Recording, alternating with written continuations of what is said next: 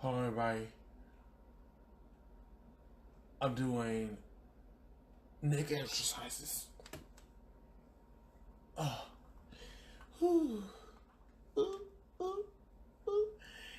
See, this is how blondes be doing before they go to the club and shit. I'm just playing. Anyway. What's going on, everybody? So, we're going to wait for a couple people to show up. We're going to go ahead with the podcast.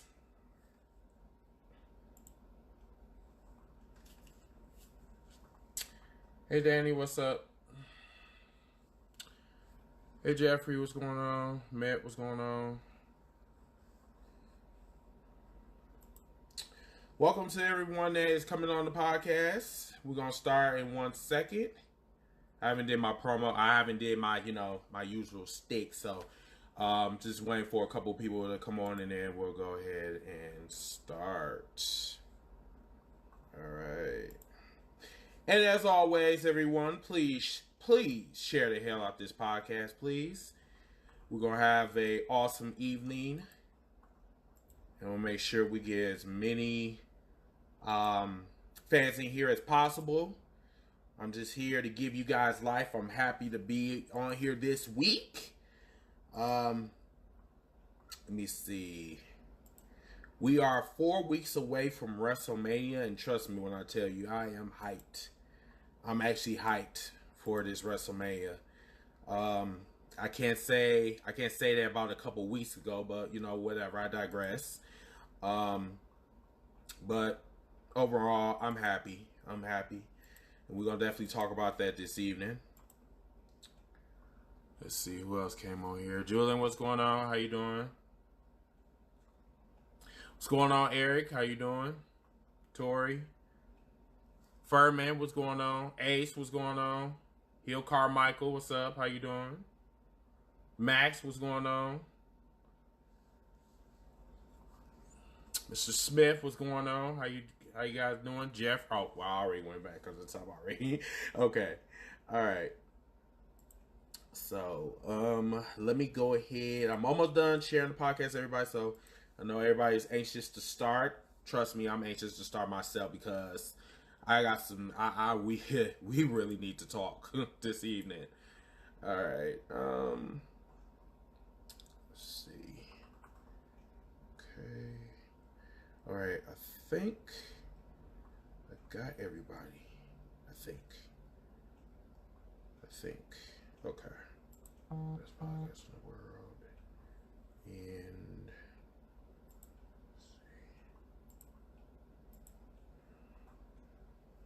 okay. Oh shit. Missing these groups too. Alright. Okay. So, ladies and germs, welcome to another edition of #Heels for Life Wrestling Podcast, episode 71. I am your host. Yes, the crazy one, Mr. Team Ray. Yes! I'm coming on this week. I'm so happy. Yay! So anyway, we got a lot to talk about. We're gonna talk about Fastlane. We're gonna talk about what happened on Raw, SmackDown, some tea behind backstage. I mean, we got a lot of shit to talk about, everybody. So make sure that you share the fuck out this podcast. Oh yes. My co-host, Mr. C-Dog, he will be joining me after fan reaction or whatever. So make sure you get your tea, get your beer, get your wine, get your cheesecake, get your... Well, I was going to say Mike's, but we'll leave that for Batista. But anyway, we're going to move on. Anyway, so over the weekend after Fastlane went off, we did talk about Fastlane this past Sunday when it, after it went off. So we... Fastlane was a solid pay-per-view. It was solid. Like I told everybody on my last podcast that, when it comes to Fastlane, I'm not really too fond of Fastlane. Now, I remind you, I went to Fastlane like in person when it was here in Milwaukee, and it wasn't a very good pay-per-view. So that's why I said I'm not really too crazy about Fastlane, but it was decent. It was awesome. It was decent. So let's talk about what happened on Raw. All right. Now, you would have thought after they had a solid pay-per-view that Raw would have at least took off. Like, I mean, it would have came down, knocking down doors, saying, bitch, I'm here. I'm here, bitch. But unfortunately, that didn't happen. See, remember when I told you about oversaturation of the Shield? Yeah, that's what happened. So, Raw started off with the Shield. And to be really honest with you, my attention was not on the Shield. My attention was basically checking my blood pressure. That's basically what it was. Shield just came out and just made this speech about, you know, Seth doing his thing. He's going after the Universal Championship. Dean Ambrose going to do what Dean Ambrose does, and then we have Roman Reigns. Roman Reigns just said that he's going to be the big dog and blah, blah, blah, blah, blah. I'm sorry. It really did not catch me by, it didn't catch me by surprise. I would have thought that this promo would have hyped us up for WrestleMania. I mean, come on now. Like, we are on the road to fucking WrestleMania now. We are 4 weeks away, and then you motherfuckers come out and do this shit. Y'all have a lame-ass promo? I said, oh my God, please, hopefully that this night is not going to be trending for like three hours or whatever. So the Shield did what they had to do and blah, blah, blah, blah. So let's move on to the next conversation. All right, so at one point, Seth Rollins, after the Shield left, so Seth Rollins came out and he basically said that he was going to, before he even said anything, Paul Heyman came up on stage and said that, well, you know, they're trying to hype up WrestleMania for the Universal Championship, and to be really honest with you, it just didn't give me no life. Even though they had a nice little package for Brock Lesnar, I totally get it, but it just really didn't do anything for me. So guess what? After they did all of this shit saying, you know, Paul Heyman saying that he wasn't, that Seth Rollins wasn't ready for Brock Lesnar, and how Brock Lesnar has issues with guys that are shorter, smaller, faster than him. He's right. The ones that are shorter, like, you know, AJ Styles, Finn Balor, Daniel Bryan, I mean, these are the stars that actually, like, really took Brock Lesnar to his absolute limit. And then before you know it, out of the blue, Shelton Benjamin comes out. Now, I mean, it does make sense because Shelton Benjamin was Brock Lesnar's tag team partner in the Indies. Okay, so it did kind of make sense. So, to be honest with you, I really did not watch this match. I didn't care for this match. Now, I'm not saying that I disrespected the match by not looking at it. I didn't care for it because it just didn't really do me any justice. I'm like, all right, okay, I really do not really want to really watch this. So I just like, I clicked on to my PlayStation and I just watched some movies until this shit was over. So anyway, moving on. So, the Intercontinental Championship, Finn Balor versus Bobby Lashley. This is a match I actually did see. I kind of dibbed and dabbed a little bit. So, it was a decent match. It was an okay match.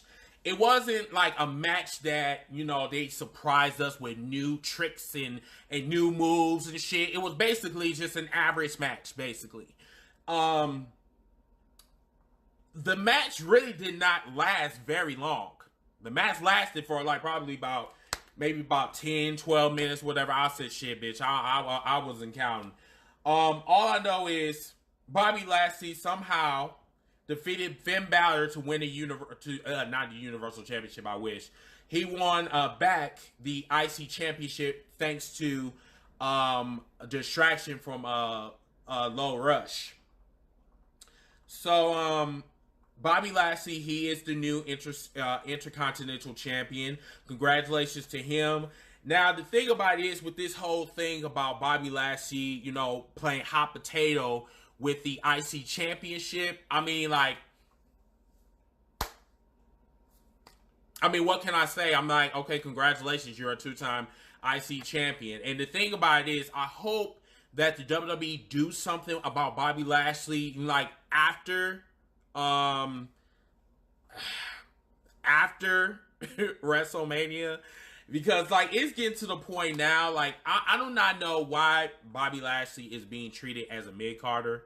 I don't get it. Low rush, whatever. Lead rush, low rush, whatever.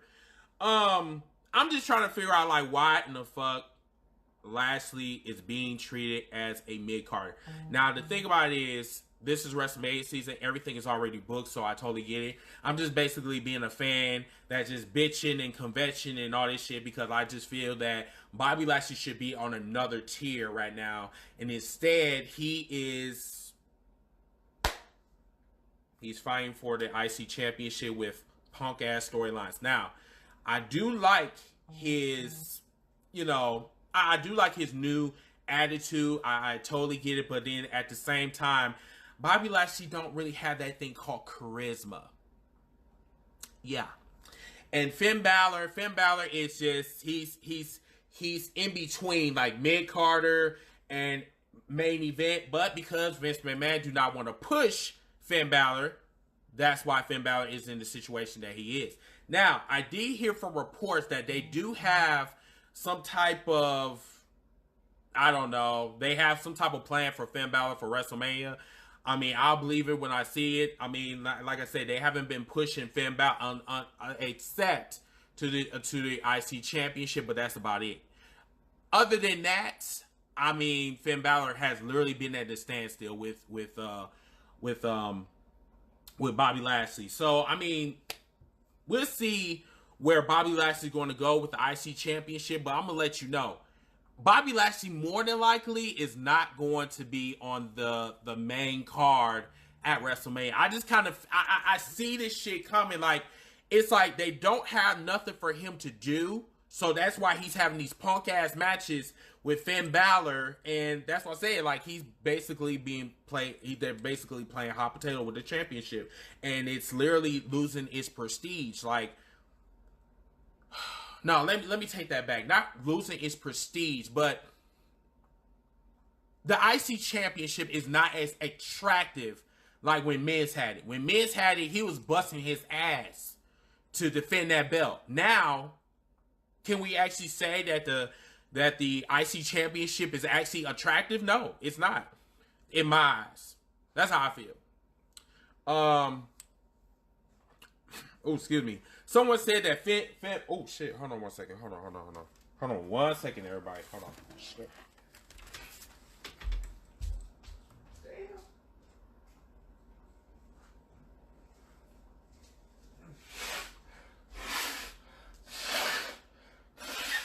Oh shit.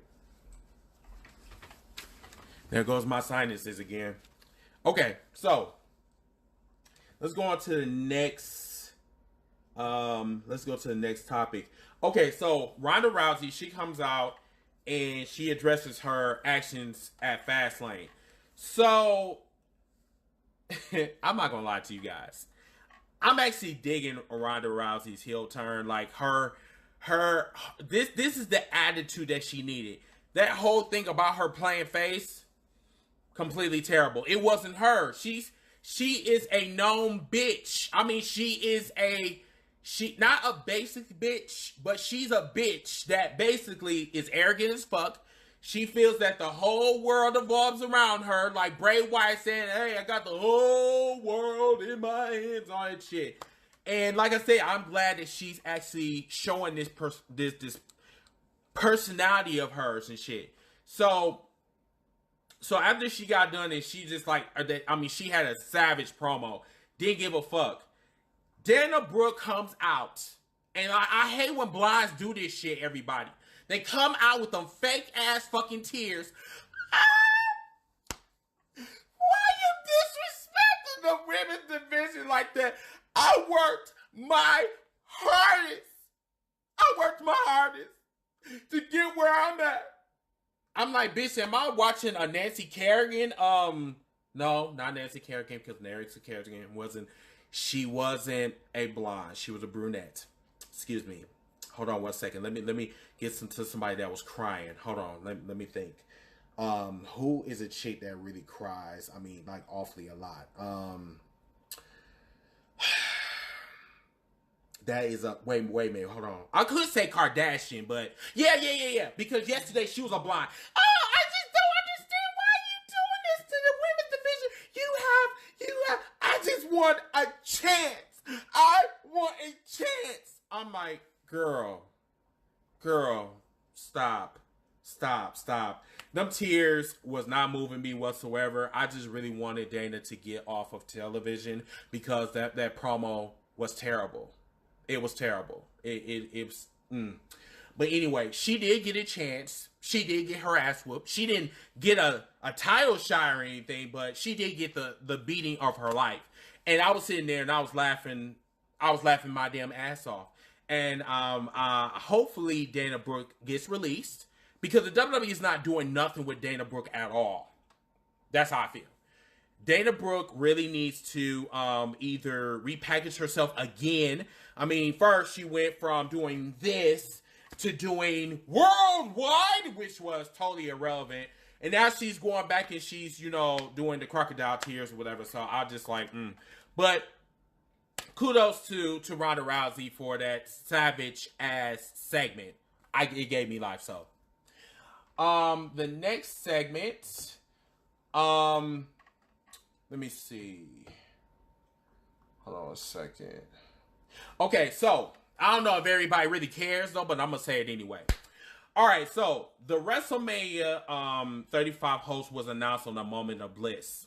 So after 5 minutes of this speaking and throwing shade to the crowd or whatever, Alexa Bliss let us know that she will be the host of WrestleMania 35. Now, as much as I love Alexa Bliss, do I really want her to be the host of WrestleMania? Why not? She ain't doing shit anyway. I mean, shit. She had concussions. She had broken arms. The girl's kind of fragile, but, she's a good wrestler. Don't get me wrong. But like I said, she's not really doing anything. So why not have her? And on top of that, she's entertaining. She's entertaining to me. So that's why I said, hey, let her be the host of WrestleMania 35. And hopefully next year they'll put her back together again and she'll be able to wrestle. Okay? But congratulations to Alexa Bliss for that. The next subject, let's see. Elias he returns home. All right, so everybody was trying to figure out why Elias was talking about his hometown so much at Fastlane. Now, remind you, Fastlane was actually in Pittsburgh. It's the home of Elias and Kurt Angle. So, even though that was his home, he still threw shade at Pittsburgh, saying that anybody that came from Pittsburgh are literally trash. Now, I don't know a lot of people from Pittsburgh. I don't, so I'm not going to throw shade on them. But either way, it was hilarious to me. So, I hate this shit. Super Mario, I'm currently on a podcast right now. Can you call me back later? Okay, you have a wonderful night. Thank you, sweetie. Bye-bye. Sorry, everybody. You shouldn't have. I'm sorry. Sorry about that. Anyway,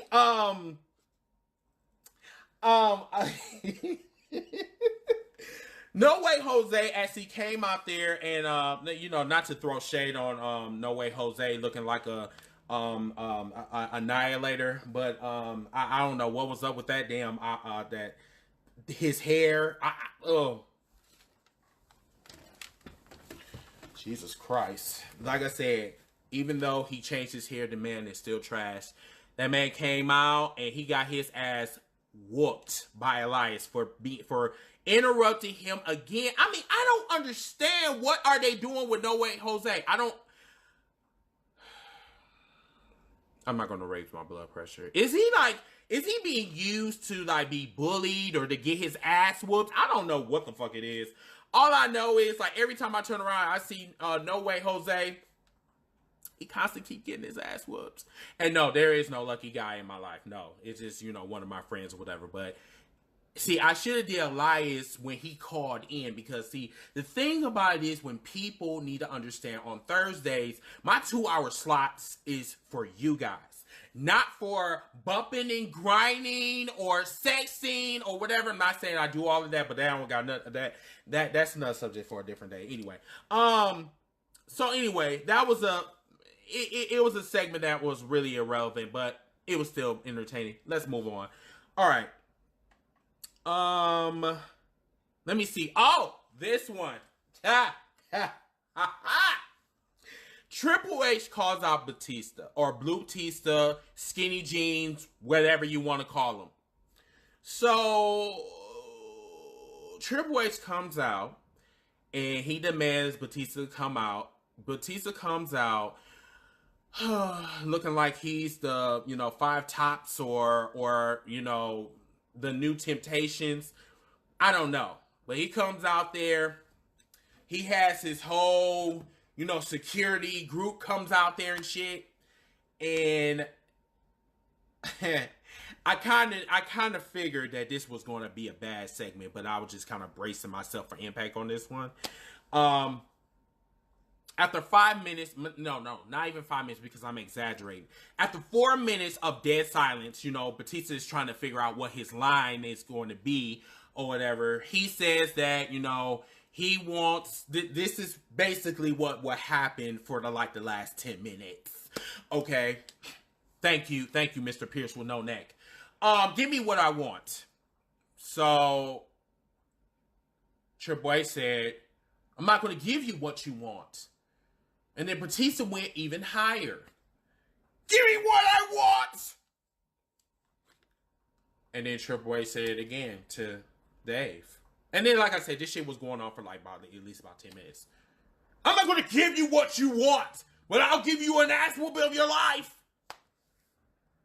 Then Triple H, and then it's just like this back and forth shit. And then while they was going back and forth, for some apparent reason, they both were lubing up their mics. I'm going to say that shit again. Both Triple H and Blue-tista with the skinny jeans with the nose ring were spitting in their mics. And remind you, see, I got a 4K television, everybody. And the thing about it is, like, I have never seen so much spit on national television, everybody. And I said, this shit is disgusting. This shit is not even close of is getting me sexually aroused whatsoever. And you know, I'm like, dude, this shit is disgusting. I'm like, dude, can you like close your mouth or whatever? Because like, I really feel like I'm being screwed and I just got an STD. That's how I really feel. I'm like, it just, this segment was horrible. It was. I do admire Triple H trying to hold it together. I admire that intensity. I totally get it. You know, when Triple H comes out on the mic, he brings that intensity, that intensification in his promos. However, it wasn't enough to save the promo, the actual segment, because Batista forgot how to do a promo, obviously. But Triple H did give him what he wanted, which was a match at WrestleMania 35. And then they went on their merry ways, and he said, "See you at WrestleMania, Trips." I say, yeah, that was weird. That was weird as shit. But anyway, let's move on. So Kurt Angle, he comes out and he addresses his future with the WWE. So Triple H, not Triple H, I'm sorry. Kurt Angle at WrestleMania 35 is going to have his farewell match. Now, we don't know who he's going to fight, but we did have a couple of picks. One of them might be John Cena, which is logical because when let me see, that was actually one of Kurt Angle's like fiercest opponents. Another one could be The Undertaker, which was also another worthy opponent. Them two have clashed many times throughout the years while he was in the WWE. And that's about it. I think that's the two that was mentioned, was the Undertaker and Kurt Angle. That's the only two. So, and then plus we have not heard nothing from the Undertaker whatsoever. So it's a possibility that Undertaker is going to probably show up like sometime at WrestleMania, but we don't know what he's doing at WrestleMania. So, but we will definitely keep you guys informed of what, of what's going on with Kurt Angle and who he might face at WrestleMania 35. All right, so the final, well, actually, this wasn't a final match, but Drew McIntyre basically systematically destroyed the Shield. So at one point, like before the main event, Drew McIntyre attacked Roman Reigns. And this was one of the most savage attacks I have seen in a long time. First, Drew McIntyre did 2 Claymore kicks to Roman Reigns. The first time he did it, they was outside the ring. The second time, he hit Roman Reigns so hard, he bounced Roman Reigns' head in the post. And that shit was nasty as fuck. So, Roman Reigns went in the back. They also said, this is a little side note too, that Roman Reigns was taken off for next week's Raw. So, I guess, I don't know what's going on with Roman. I'm not too sure. But I just know that it might got something to do with like kind of pulling him away. Because remind you, he's just getting over from leukemia, quote unquote. So I guess the WWE really want him to take it slow instead of like overexposing him. So, but once we get more information, if anything else happens, we'll definitely let you guys know. But Drew McIntyre, that wasn't the only like Shield member that he went against, because he also went against Dean Ambrose at the end of as the main event. So these two actually had a no holds bar match. Unfortunately, I did not see it, so right now I'm just like kind of reading the reports. But from what I'm looking at, excuse me, the two battled throughout the arena. They say it was a good match from what I'm looking at. McIntyre, he got the upper hand and beat the shit out of Dean Ambrose, which Dean Ambrose lost that match as well. But it's not how he won, it's how he beat the fuck out of out of Dean Ambrose. First, it was a Claymore kick once on the stage, and then the other one was actually on the it was a piece of the railing, and while Dean was on a railing, Drew did a Claymore kick and just knocked him in the railing. Oh my god, that shit was nasty as fuck. Oh my god. And that's another thing too. I don't know what the fuck they're doing with Drew McIntyre. I have no idea what they are doing with him. I have not heard anything about him getting a push. I just heard that there's a possibility that, if he does get a push, it'll probably be after WrestleMania, but that's about it. But yeah, that was it for Raw. SmackDown. Ooh, I gotta get ready for SmackDown. Hold on. SmackDown, everybody, was a totally different story. It was... Oh, excuse me. Hold on one second. My sinus is like kicking my ass. So, SmackDown was a totally different show. Like, if you seen Raw and you seen SmackDown, SmackDown was completely lit. Lit as fuck. From start to finish. And remind you, I was out with my guys. We was at Hooters and we was watching SmackDown. And that was the first time we ever was like sitting down and we actually seen SmackDown from 7 o'clock all the way to 9 o'clock. And trust me, it was awesome.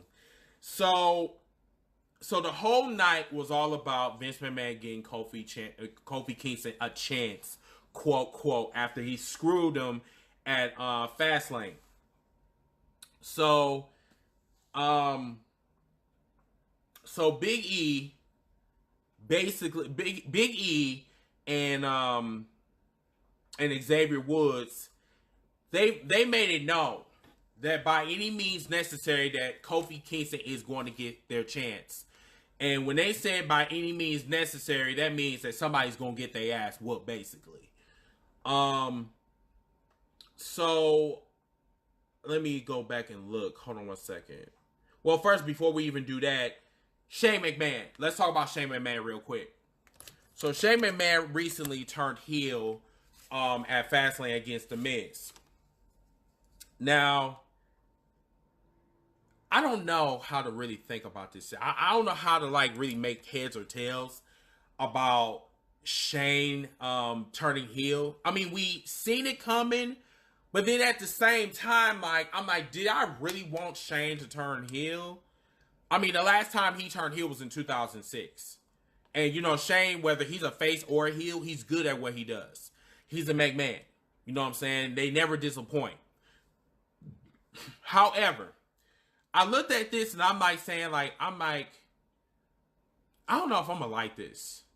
Because I'm so used to Miz being a heel, but this man is a face. I'm just like, for some reason, it's just not computing with me. I don't know. I don't know.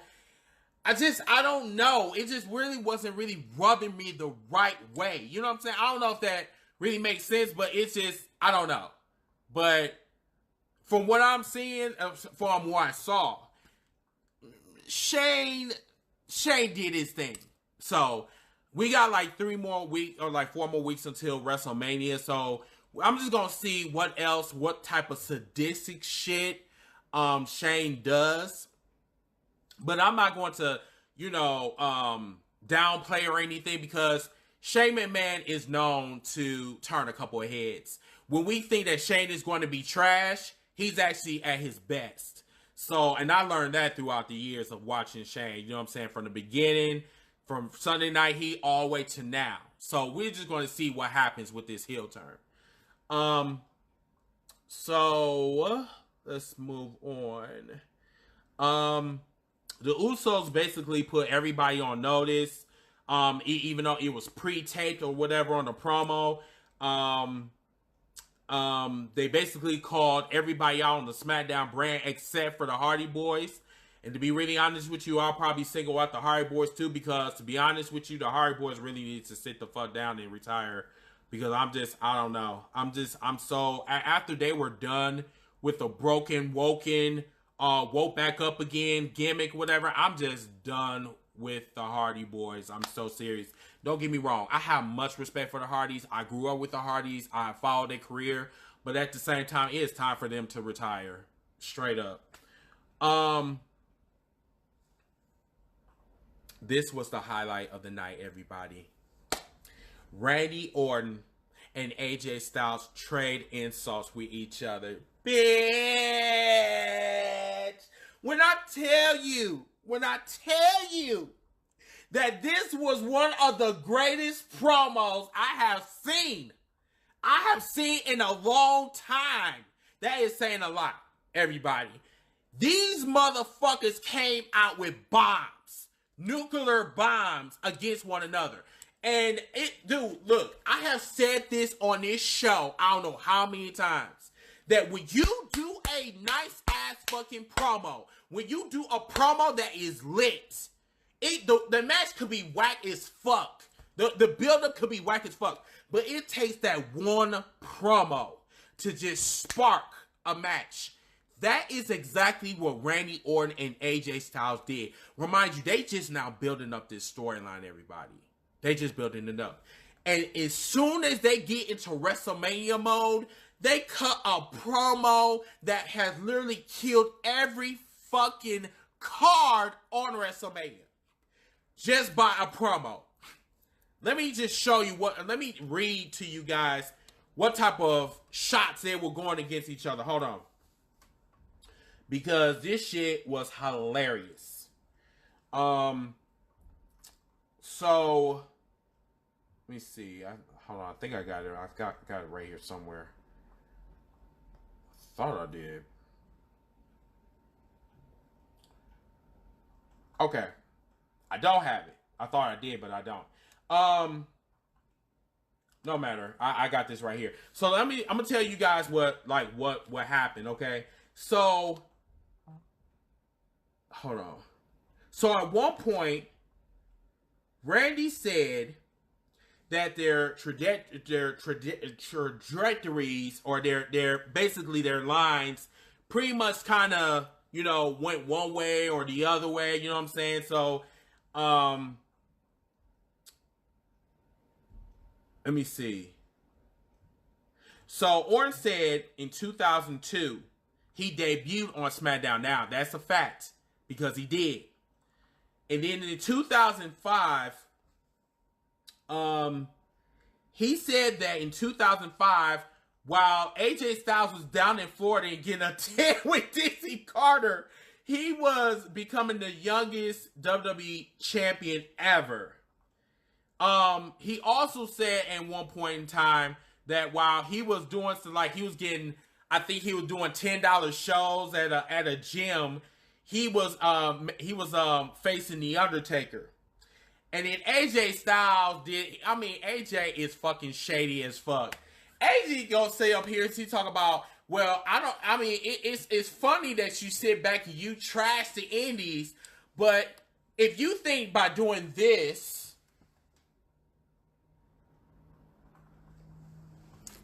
yeah, he did this. He said by doing this, if you think that you was going to get in the indie scene by doing this and getting over, you are sadly mistaken. That shit was a shot. I was like, ooh, damn. Let me see. Then he also said that the RKO was a knockoff diamond cutter. And he has had help throughout his career in the WWE. These were actual facts. Okay? These were actual facts. These were shots. These were pipe bombs. But what they said to each other were both factual, and they were fucking awesome. And see, the thing is, Randy Orton has been throwing shots at the indies for years. And then AJ retorts saying hey, while you sitting back, you shitting on the indies. Half of the indies are in the back right now. I said, you need our help. We don't need your help. You called for us. These are facts. Orton, I think, killed it after he said this shit.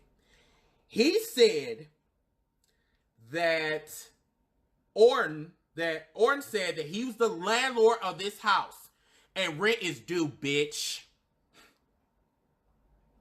He killed him on that. I'm sorry. He killed AJ on that one. And then AJ turned around as Randy was walking out the ring. AJ said, hey, you want your rent? He pointed to the WrestleMania sign. And I'm like, oh, goddamn. Goddamn. I'm sorry, but that promo killed SmackDown. It literally killed SmackDown. I'm like, ooh, oh my God. But we still have to get to Kofi Kingston and his confrontation with Vince McMahon. But I'm sorry, kudos to Randy Orton and AJ Styles. I'm looking more forward to their match versus all the other matches that's on the card. No disrespect to all the other matches that's on WrestleMania, on the WrestleMania card. It's just this one right here just got me emotionally involved with their match. Because first of all, they told a story in the ring. They told the story that you don't like me, I don't like you, I don't like where you came from, I don't respect you. And that is why I'm hyped up for this match. And not a lot of matches on the WrestleMania card is not emotionally involved. And that is saying a lot. But this shit, bitch. I'm just saying. Alright, so, let me see. Let me see what else happened. So Becky Lynch and Charlotte, they verbally clashed again. Really don't need to really talk about that. Let me see. Okay, so hold on one second. Let me go back. Okay. So Kofi Kingston finally confronted Vince McMahon as the main event. So this was the whole main event or whatever. So Vince McMahon basically said in so many words that, hey, I respect what you did for the last 10 years. I just don't think that you're an A+ player. Now, remind you where I'm going with this, everybody, okay? Their whole segment with Kofi Kingston and Vince McMahon, and especially when Vince McMahon got to the part where he looked at Kofi Kingston as a B+ player. Hint, hint. This is the same storyline that they did with Daniel Bryan in WrestleMania 30. But see, the thing about it is with this, and this is what I like about what Kofi said.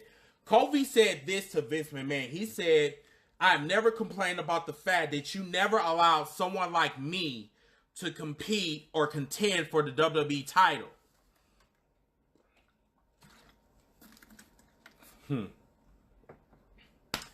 I mean, is he lying? I mean, is he lying? No, because I mean, when was the last time a black man actually really competed for the WWE Championship? Let me just think. R-Truth at Capital Punishment. Yeah, that's the last time a black man actually competed for the WWE Championship. Was exactly 5 years ago. That's some straight bullshit. Now, I kept saying on here that Vince is racist and shit. And even if, Kofi Kingston does win the WWE Championship at WrestleMania, it still does not excuse the fact that it took your punk ass from the time WWE start to now. It took you damn near 60 motherfucking years to have an African American to be WWE champion. And we're not going to have that conversation about The Rock because that shit is pointless. I'm talking about a full-fledged African American. But if Kofi does somehow win the WWE championship at WrestleMania 35, I'm going to be jumping for joy. Because this is an accomplishment that we all need. That we all fucking need. And yes, Vince McMahon has some very racial overtones. I mean, we're not surprised because if you really look at how Vince McMahon addressed the Caucasian wrestlers versus the African Americans, he talked down to them. And that is the part that I really do not like about Vince McMahon. I'm like, you sit back, everybody talking about, well, Vince McMahon's not racist. He has R-Truth. R-Truth is his best friend. No, that is Vince McMahon's best monkey. Let's keep that shit real. Because if that was his best friend, he would have made sure that his best friend would have at least had a title run. And he sat back there and says that, R-Truth is really good at what he does. But the only thing that R-Truth has had to his name is a tag team championship and a U.S. championship. And then, goes around and acts like your stereotype, mentally deranged African American that got mental problems. But anyway, Vince McMahon said that he was going to give Kofi Kingston a chance. And when I mean a chance, Kofi was going to work his way to the top. Here you go. So, on Tuesday, Kofi Kingston is in a fight of his life. Now, I know some of you have played Mortal Kombat. That is exactly what's going on with Kofi Kingston right now. So on Tuesday, from top to bottom, to the top stars on SmackDown, and there's not a lot of them, but all the ones that's on the top, Kofi Kingston got to go against each and every one of them. So that means he got to go against the Bar. He got to go against Samoa Joe. He got to go against Roman. He got to go against the Viper, Randy Orton, which I am really looking forward to that. He got to go against every last one of them. And each time Kofi Kingston gets in a ring with Randy Orton, fireworks pops off. And this ain't going to be nothing different on Tuesday. I'm serious. This is a must-see on Tuesday. It's going to be fucking awesome. Plain and simple. I think I got some more shit for you guys. Hang on one second. Oh. So, now that we got past the SmackDown and the Raw shit, now, some of you guys are going to disagree. Some of you guys are going to agree.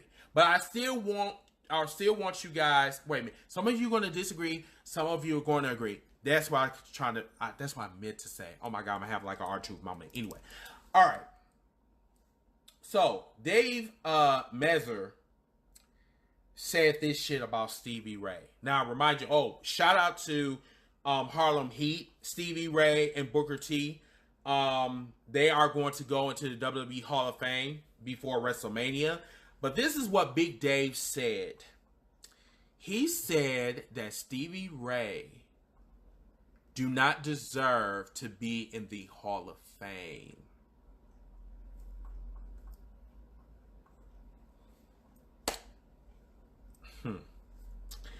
So, I'm going to say this. Part of me agrees with Dave. A part of me does. The other part of me doesn't agree with Dave. Because, first of all, Stevie Ray and Booker T of Harlem Heat is a 10-time, probably even more than that, tag teams champions. And the thing about it is, more than anything, they deserve to be in the Hall of Fame. Now, that is tag team specialists. As far as singles competitors, Stevie Ray does not have no business being in the Hall of Fame. Because Stevie Ray has not done shit. The only thing that he has done is turn on his brother. Is join the NWO. And from my understanding, that's it. Now, some people might think that he's basically riding Booker T's coattails. I wouldn't exactly say that because, like I said, Stevie Ray, he's good on the mic. You know, he's a good wrestler. He's a decent wrestler. But at the same time, like, some people are saying that, you know, Stevie Ray is trash and he really do not need to be going in the Hall of Fame. And they say that this is the excuse to bring him in the Hall of Fame because he have not done shit. Now, I don't know. I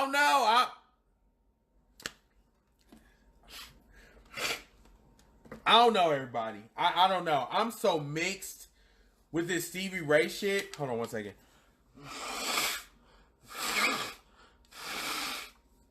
Oh my God. Oh shit. Okay. So, but on the fan reaction, I really want to get you guys' reaction about this because like I said, I'm mixed with this. And I have not even seen Stevie Ray, you know, in the WWE ring. I haven't seen him. I've seen him in the WCW ring, but it's just, and like I said, I'm not, Stevie Ray trained Booker T. Totally get that. But I've always wanted to interview Stevie Ray to see, like, why he wasn't as big as his brother. Because if you really look at it, I mean, they're almost identical with their promos, whatever. It's just the thing about it is, it's just I guess we're looking at, I don't know if I really want to say this though, but it's like we're looking at a Shawn Michaels and Marty Jannetty like situation. It's like Booker T was the Shawn Michaels and Stevie Ray was the Marty Jannetty. Am I wrong? I mean, am I wrong? I mean, because like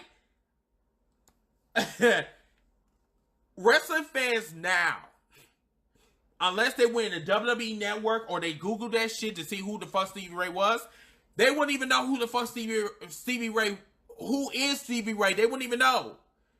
Unless they like said something on television. And I'm just like,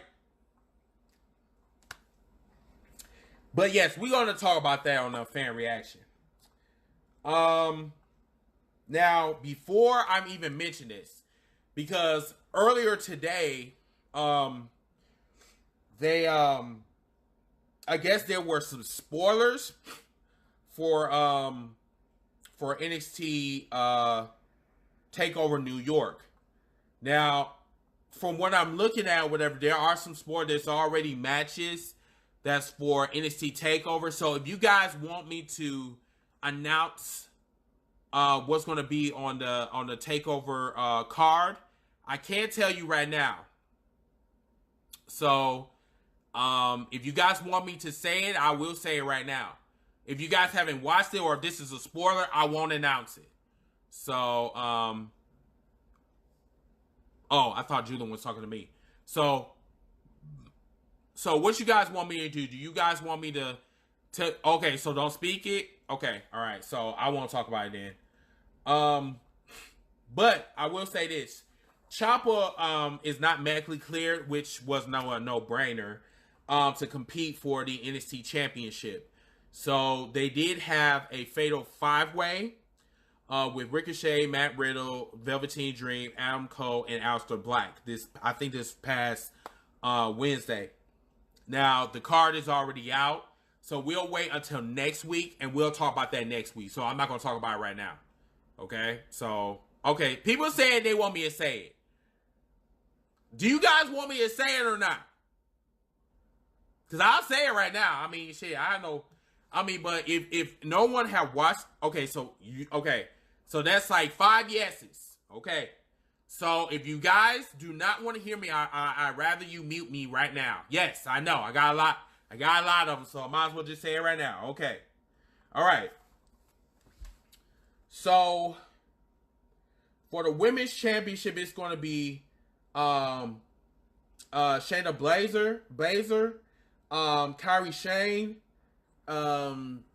let's see, Shiri, and Blanca Belair for the women's championship. Then it's supposed to be Pete Dunne versus Walter for the WWE UK title, and then it's supposed to be the Raiders versus Dusty Rhodes winners for the NXT Tag Team titles. It's supposed to be Matt Riddle versus Velveteen Dream for the NXT North American Championship. And then it's supposed to be Aleister Cole versus Johnny Gargano in a 2 out of 3 falls match for the NXT Championship. So, that's your card. So I think that's it. Oh, one more thing I wanted to say. There were reports that Roman Reigns said that he wants to change his character. He wants to more so be Joe, which is his real name. He wants to be more real. He wants to be more outgoing. And you know what I'm saying? I'm sorry for saying this shit though, but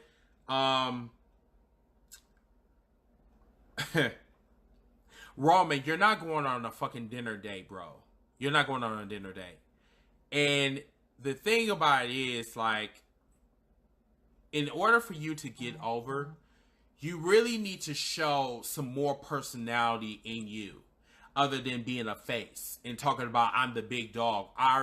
We already established that part, that you are the face of the company, blah, blah, blah, blah, blah, blah. And yes, I didn't spit. Thank you so much. But Roman said that he wants to change his character, so I guess he's open to want changing his character, and I commend him for that. But the thing about it is, if you want to change your character, I really suggest you be a heel. So after Dean leaves, he should be the monster heel that the WWE really needs, and let Seth Rollins be the face of the WWE. That's how I feel. On NoDQ.com, the WWE was voted as the worst wrestling promotion in 2018. I'm sorry, but that was everybody kind of knew that one, so it wasn't no brainer. But there was also another poll: what was the best wrestling company? And New Japan was first, and the WWE was second. In my eyes, the WWE should have been in fourth place because they had a horrible 2018. But that's how I feel. All right, so I am done with that. I am done talking. We are going to have fan reaction right now. So for the guys and gals, because we got a slow night, if you guys want to come on. Well, damn, we already got 5 callers? God damn. Chat. All right. So for the people that have not been on here, thank you so much for joining us this evening. If you want to join, you will have 5 minutes to speak, and then I will go on to the next caller. So let's go ahead with our... My bad, y'all. I thought I lost y'all for a second. Hold on one second. I'll be right back.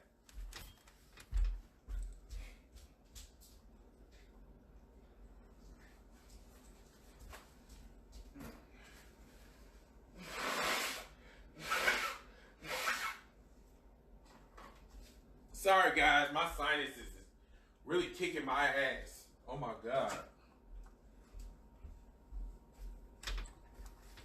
All right. I'm sorry, everybody, that I got to do this shit on the air. Hold on. This is my nasal spray. Hold on. I don't want to do this shit while I'm on the air. The fuck? Oh. I'm sorry, I didn't take the top off. Oh, shit.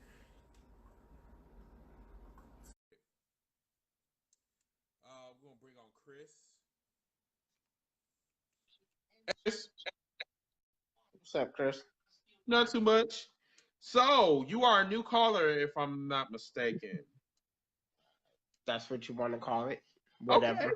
All right. I guess I'll call it that then. Okay. All right. So, Hey, everyone. So what's on your mind this evening? What you want to talk about? Just pretty much like, man, I don't know, like the whole WWE situation it's all getting played out. Man, everybody on damn lines becoming fucking tag team partners and shit. And it's like WWE is not the same no more. Mm-hmm. It's not like how it used to be. Everybody's doing their own damn things. Now everybody wants to be tag partners and shit. Like everybody up on here so far on Raw and SmackDown has been fucking tag partners. I mean, it don't make sense. And now all the old wrestlers and shit are starting to move on, becoming different, different stuff. And it's like it's not even fun no more to watch. And all these new wrestlers and shit, it's like, man, what the fuck? So Chris, like there's somebody that's talking to you right now. So Tori asked, he said, what exactly do you mean by that statement? Just because we watch WWE and other promotions, you have the nerve to say we're boring. You're totally petty, just saying. Do you want to retort to that? First off, Tori, it's like this. Reason why I said what I said is because y'all coming up here and y'all talking all about these storylines and shit like this, about all like this. Don't nobody want to hear about all these storylines about what wrestlers and shit have, I wish they didn't even have storylines where wrestlers can do what the fuck they want to do. Make it more interesting for us to watch fucking wrestling and shit like that. But with y'all coming up on here and talking about, oh, this and this, and then, coming up in here and saying, oh, well, this is what happened on this day, and this is what happened on this day, it's not even fun for anybody. It's like, what the hell?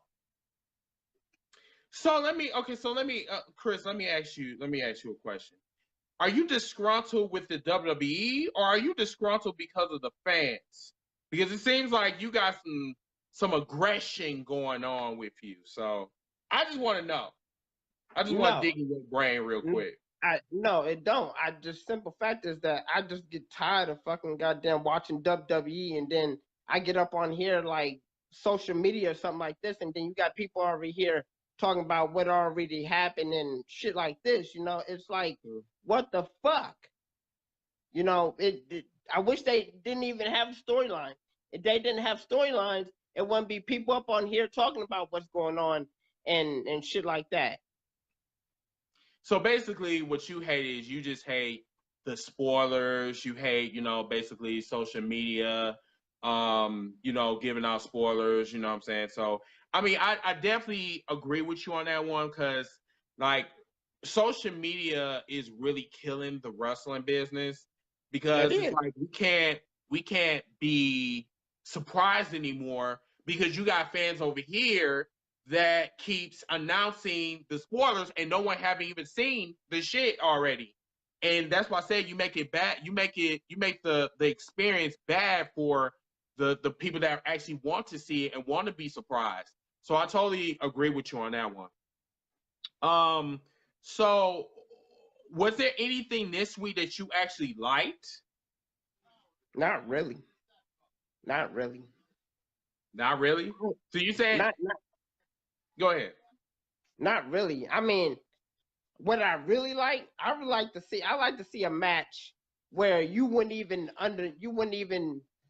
think that it happened, like Stone Cold versus Brock Lesnar, or Vince McMahon versus Brock Lesnar. You know, something that you wouldn't even think that it happened. And then Vince McMahon beating Brock Lesnar for a championship match. Sir, hold on. Let me back. Have you seen Shane McMahon versus Brock Lesnar? But hold on. Let's kind of go back to what you just said, though. You said Vince McMahon. I don't know if you were serious or not, but I'm just gonna fact check real quick. You said Vince McMahon versus Brock Lesnar, a senior citizen going against a beast. So you think that's entertaining? You never know. Okay. All right. Well, Chris, you got one more minute. Stone what Cold else versus Brock Lesnar. Huh? Stone Cold versus Brock Lesnar. That was going to actually happen before, but Stone Cold did not want to job to Brock Lesnar. So you can actually blame Stone Cold for that, for being a bitch and running out the WWE because he didn't want to face Brock Lesnar. So, but whatever. But Chris, thank you so much for coming on, man. Appreciate you coming on. All right, you too, Chris. All right, bro. That was interesting. Okay, all right. Let's go on to the next caller. Okay, so Bae, she said she want her time. So let's bring her on. Hello? Hi. How you doing? I'm good. I'm good. I'm trying to, somebody gonna say puff puff pass. I'm trying to roll up, but I'm trying to put my son to sleep. He's in the way. But anyways, okay. I came here to talk about what was going on this week. Like, first of all, Randy Orton, I love him. Okay, I love me some Randy Orton, like that's daddy.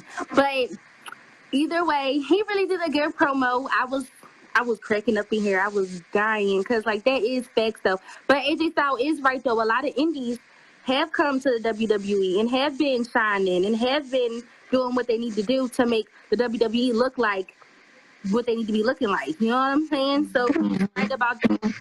So their match, I'm hype about their match. Like I know that's gonna be a good match and I know that they're gonna burn it down. Seth Rollins. Like no. But anyways, what else? I'm so sick of Becky Lynch. I'm Ronda Rousey. I just want them to fight, get that shit over with. I'm hearing that she really is injured. Becky. We know she ain't gonna win. I think Charlotte gonna win, honestly. That's what's best for business. If you ask me. Huh? Now it's gonna be a Becky Lynch is a bad guy. You absolutely right. But still, oh, Charlotte. Yeah, she is a bad guy. But I always think for Charlotte. And it's not just because she's Ric Flair's daughter, but she does perform in the ring. She's skilled. She's trained. This is what she was meant to do. This is her whole life was based around this. You know, if it wasn't for her brother passing away, he would be top dog too. So, you know, so I feel like she does have a good chance of winning on WrestleMania. Now, Kofi Kingston.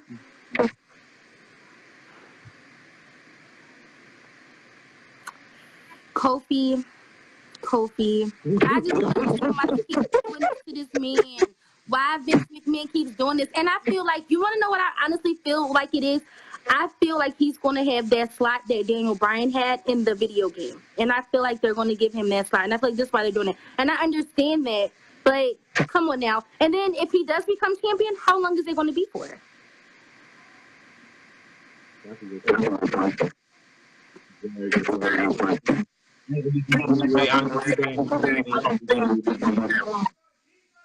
His title reign, right? Yeah. Is it? That's what I thought too. Because it just doesn't make any sense. And then after Kofi Kingston, who else is going to go for it? And then it's not even like it's not like it's the Raw Championship. I mean, it does mean something, but I feel like if he was on Raw, it would have meant a little bit more. You know what I mean? I hear you. Yeah. I hear you. So, what do you think? I'm a little upset about Dean Ambrose leaving, but I kind of understand where he's coming from, you know, in the aspect they're really not doing anything with him. And I think, you know, since they kind of feel like he's leaving, they're going to use him as just like some whatever. Like him and that Drew McIntyre and that whatever happened, like that shit was insane to me. That shit was crazy. Like, and if I was Renee, I would have got the fuck up and I would have smacked the shit out of Drew McIntyre. Not in front. That's my husband, nigga. I don't think so. But the Shield, I'm really happy about Roman Reigns. I'm really happy that he's back and people could get off of his back about his leukemia. Like, leave him alone. Let him heal and rest in peace. Like, gosh, let him do him. Like, let him get himself on recovery. Seth Rollins, whatever. Like, Seth, okay.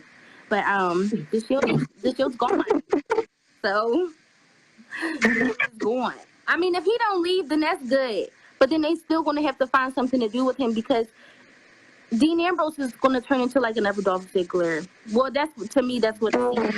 And that's why Dolph Ziggler, I don't know if he's still there. I was on his Instagram page last night, and I haven't seen him in WWE lately. And, you know, like, I like Dolph Ziggler. I really thought he was a good wrestler. I thought he could have been the next Shawn Michaels. I thought he had it.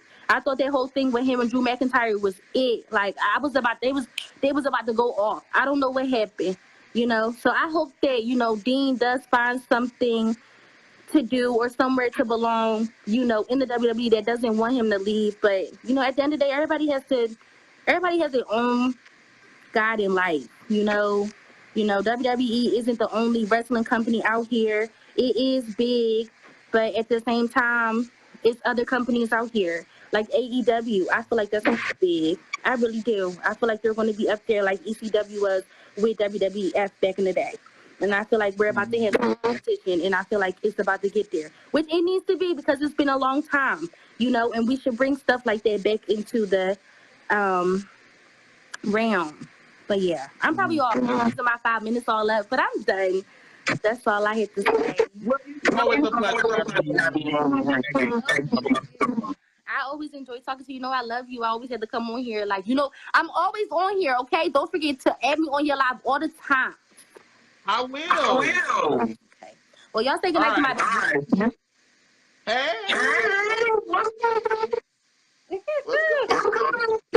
Right. Thank you. All right. All right. Yeah. She is freaking awesome. I love her. That's all.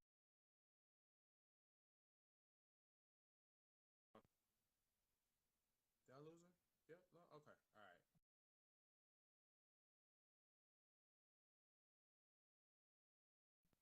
Sorry, everybody. Hold on.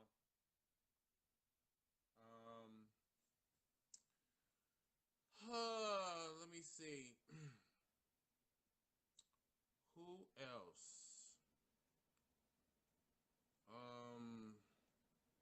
Let's bring Mr. Julian on real quick.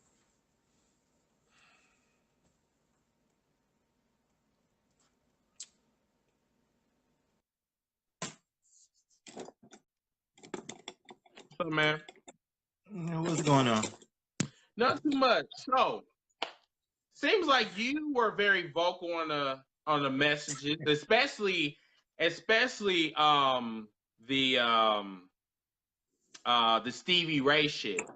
So I really want your Yeah, take man. on I got some. You know what, Meltzer? He doing too much.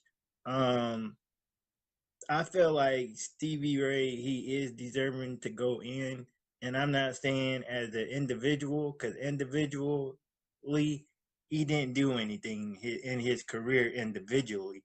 But Mhm. as far as Harlem Heat, yeah, most deserving he should go in. Uh, so I don't know why Meltzer would say something like that, and he know that he's a 10-time champion. So, But bro, okay, so all right, can everybody hear me? Can everybody hear me? Everybody hear me? Can you hear me correctly, bro? yeah, I got I Okay, can hear you. okay. I didn't want to do a sound check with that because I know Facebook is trash and yeah, they're trash. And Gray, I will get you just ask for a request and we can come on. You can come on here. You can talk. Okay, so Dave, damn. Oh Sign my is god. No, you good. Okay, I haven't started your 5 minutes. As a matter of fact, I'm about to start right now. Okay, yeah. Dave was 50-50 right. Or he was 50-50. He was right Right, and he was wrong at the same time. right. Stevie Ray, if you really looked at his career, okay, you really looked at his career, can you honestly say, without matter of fact, you know what? Let's blank out the Yeah, let's tag blink out. thing. Let's blank Right. it out real quick. Is he Hall of Fame worthy? Yeah. So if you take that out, no. If you take that out, it's a no. If you take out the Harlem Heat and whole thing tag situation. And see, the thing about it is, like, I have seen Stevie Ray. I've seen his promos. His promos is I don't know, for some reason Booker T does it better. That not shuck and jive. I'm not gonna say that shit, but that. And how the fuck can you be from Harlem and you from whatever? Anyway, all I'm gonna say is that Booker T did it better, and Stevie Right. Ray, I don't know. It just, but we're not gonna like focus on Stevie Ray because I Yeah. know a lot of people want to talk about this shit, but Right. that's just my opinion about that. Like, I just feel like, I mean, I'm 50-50 with that comment. But what else did you want to bring up? So I wanted to also to uh bring up the I wanted to bring up the I guess it was he made and I don't know who it was because I read the article, but I didn't know who the guy was. I guess that called Tama Tonga from New Japan. He had called him a racial slur, I guess, and called him the N word. But Who? maybe some Tama Tonga. That's he from New Japan. But The it bad was boy? somebody, huh? The bad boy? Yeah. Oh, okay. Yeah, What so I happened? don't know.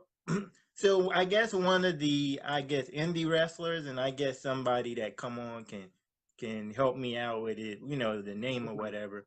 Mm-hmm. But called him a racial slur. So called him the N word. So yeah, Really? yeah. So I mean, hey. You ever, bro? You already know where I stand with that. So, yeah. I'm, but probably here we'll probably talk about that a little bit more. Yeah. But A sand nigger, really? oh boy. Anyway, let's move on. So what did you think about that promo with AJ and Orton? What did you AJ. think about it? You know what? That match and the promo is because you have the indie versus the WWE superstar. And it just off top, it feels right. Promos feels right. You got something that probably we won't see again possibly. So it's gonna be a good match at WrestleMania. Let me get to the Kofi Kingston situation real fast. So you know what?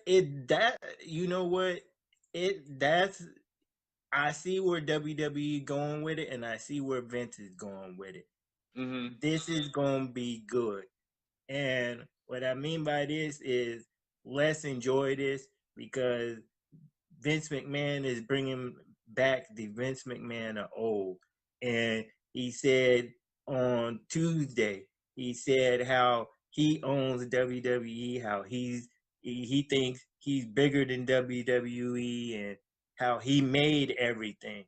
And when's the last time we really seen that aggression in Vince McMahon? We haven't seen that in a long, long time. So we getting something special between these two. And so I'm just hoping, which I'm hoping they do it right as far as the gauntlet match. So the gauntlet match, I'm hoping they do that right. I'm hoping they do Randy and Kofi Kingston last. Yeah, because you have a story there that you can tell. So I'm hoping they do that. I think that's what they're going to do. Yeah, so I'm hoping they do that last. So I'm just looking forward to these next couple of weeks because it's gonna be it's gonna be good. So and I think what's going to end up happening is because AJ is probably going to interfere in that match. That's why it makes sense to have Kofi have Orton go last. Right. You know what I'm saying? And if let me see, I'm trying to think. If Kofi does win, it'll be barely. Right, exactly. You know what I'm saying? So, one more thing on real quick on the Roman Reigns situation. They basically, because I know you didn't know about the whole situation with Roman, but they pulled him because his advertisement for Chicago, he wasn't advertised for Chicago next week. That's why they ended up pulling him from the show. So they could put him on. They could put him back on. If they want to do the Drew McIntyre thing, they could put him back on. But yeah, for right now, they pulled him from the show. So okay. All right, brother. Well, I will see you over the weekend. All right, no problem. All right, man. All right. Take it. All right. So for the people that's giving this group giving this podcast shout outs, thank you guys so much for coming on here. Getting over this little cold or whatever this shit I got. But yes, I do appreciate you guys 100%. You know I do. Let's go on to our next caller. All right, let's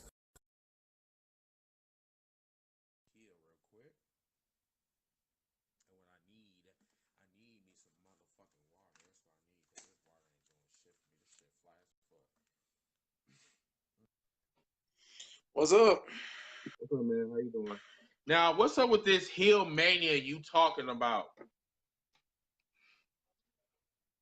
Here. I mean, you the one else talking about that you need more than 5 minutes and you gotta get shit off your chest. Oh yes. I got a lot of shit to talk about. Let's start off with Dodie throwing shots at Indies. They did that shit twice. One on Raw and one on SmackDown. Remember Triple H called Batista Guardians of the Independence? Wait. I'm sorry. I know y'all just saw my fatness. I'm sorry. I'm you know what?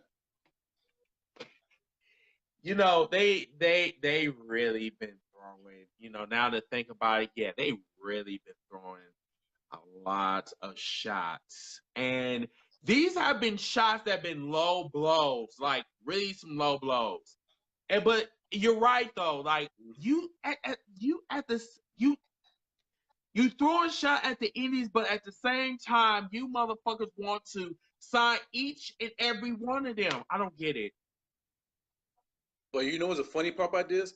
Triple H owned NXT. And how many people he got from? The Indies. Mm-hmm. Ain't that some shit? And then we're going to SmackDown. Randy Orton throwing shots at AJ Styles talking about, oh, you copying off from the Bullet Club. Well, didn't WWE biting off the Bullet Club with the Battle Club and the club? And the WWE is the biggest biter. Let's look back all the way back. Who remember the bullshit fake-ass Teenage Mutant Ninja Turtle tag team back in the 80s? Come on, bro. And then you got a nerve biting. Then you got a nerve on bullshit Indies. No, get the fuck out of here. And then the Kofi Kingston storyline. This storyline, it went from we want to see Kofi Kingston get a title shot to it's very hard for me to stomach in. Yes, I want to see Kofi Kingston win the title, but this whole shit is like a reboot of Daniel Bryan, but more and more racial direction. And I'm sitting thinking back, like, really? So we're going for this fucking route? I've never seen it. Really, it feels like a slave in a plantation, like dead ass. Like it feels like in order for Kofi to get in the house, he has to pick all the cotton. I know that was racist as fuck, but this is what's going on in this storyline, everybody. Because I said this to Eric Stewart if he's on here. We was having lunch today, and I was telling him about this shit. I said that this whole storyline is so racially motivated, it just does not make no fucking sense to me. And like even Daniel Bryan with the B+, quote unquote, storyline, even Daniel Bryan didn't even have to go through all these damn people. You know what I'm saying? And that is what like really pisses me off. And they was like, well, what's the difference between Daniel Bryan and Kofi Kingston? Kofi Kingston got to go through 5 motherfuckers in order to even get a title shot. Please don't sit up here and tell me that this is not racially motivated. And you know what? Whoever wrote this shit, I know Bruce Pritchard is behind this shit, and Vince McMahon greenlight this shit. But this is one of the most cringe-worthy shit I've ever seen. Like, I would give you a good prime example: Jay Lethal versus Matt Taven. All this shit is about for the championship. Ain't about no skin color. It's about the championship, and it's about who's better than who. Now you look at Kofi Kingston. Okay, you're not a good wrestler because you're not a B+ player. You're not this kind. Like shit.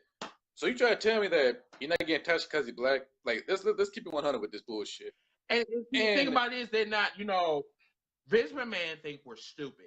He think that fans are not educated. They have not seen this shit before. And see, the thing is, I've seen this shit. I've seen this shit like 3 years ago. And the whole like. Sneaking in with the racial overtones and shit. I'm like, bro, I've seen what you did before when people get title shots. This shit, in order to get a title shot, I have never seen anything like this before. And, fans are going to be so quick to say, well, this is a storyline. You need to enjoy the ride. No, I'm not going to enjoy the ride. What I'm going to do is I'm going to put out the facts.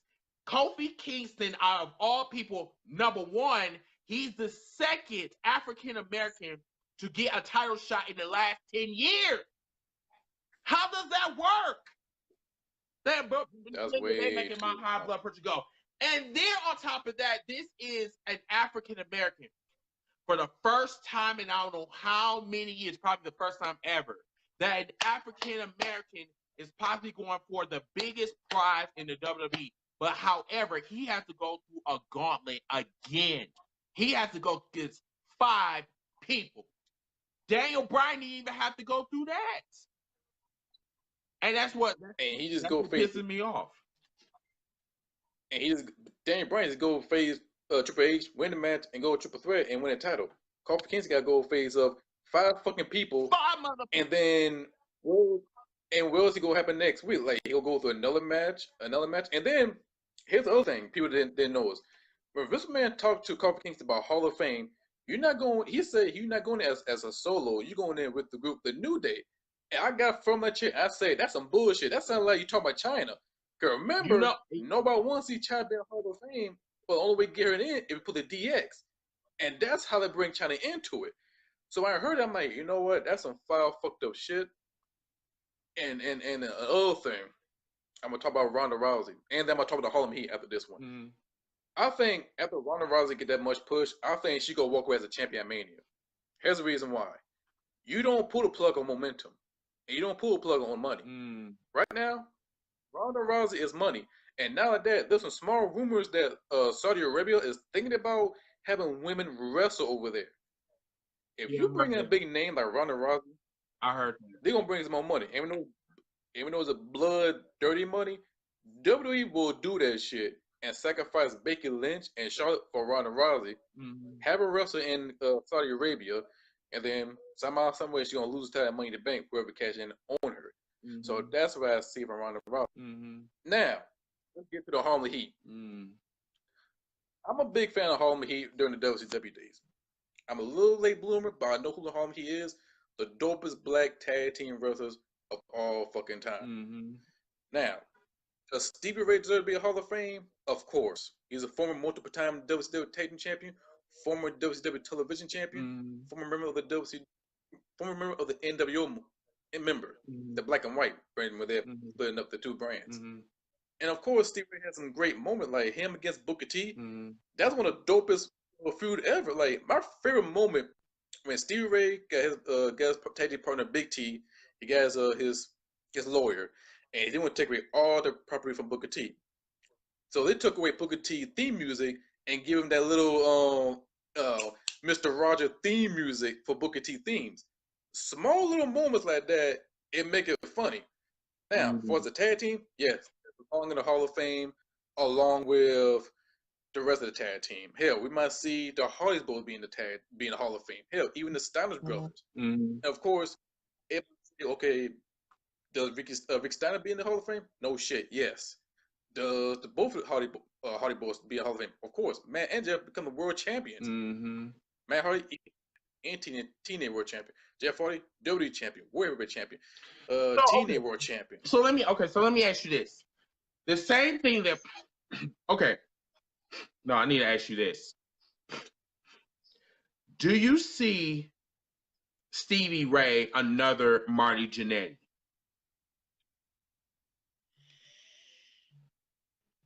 I would say no. He in his own lane because Stevie Ray has some good moments, great moments from NWO to feuding. Marty Jannetty, yes, he won the Intercontinental Championship, and that's about it. He's only 2 things he's known for: get a super kick, go through the barbershop window, and win the Intercontinental Championship. And also winning the tag team title that never existed until they find out through the YouTube. Yeah, that's fun. That's it. That's fun. Stevie Ray in his own lane. So Stevie Ray in his own lane. That's so fucked up. Stevie Ray. That is so fucked up on so many levels. Because, like, I mean, the reason why I asked is because Stevie Ray reminds me of Matt Hardy. Like, we know that you a tag team specialist, and that's it. You know what I'm saying? Like, we know that you have some success outside the WWE.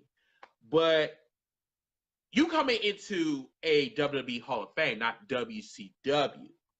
And a lot of people are like saying, like, who in the fuck is this nigga right here? Like, who is he? You know, and I know who Stevie Ray is, but the next person might not. So it's like, are you the Marty Jannetty? Are you the Matt Hardy? Are you the Christian in this situation? You know what I'm saying? So all them people you mentioned, Christian, Matt Hardy, both of them was world champions.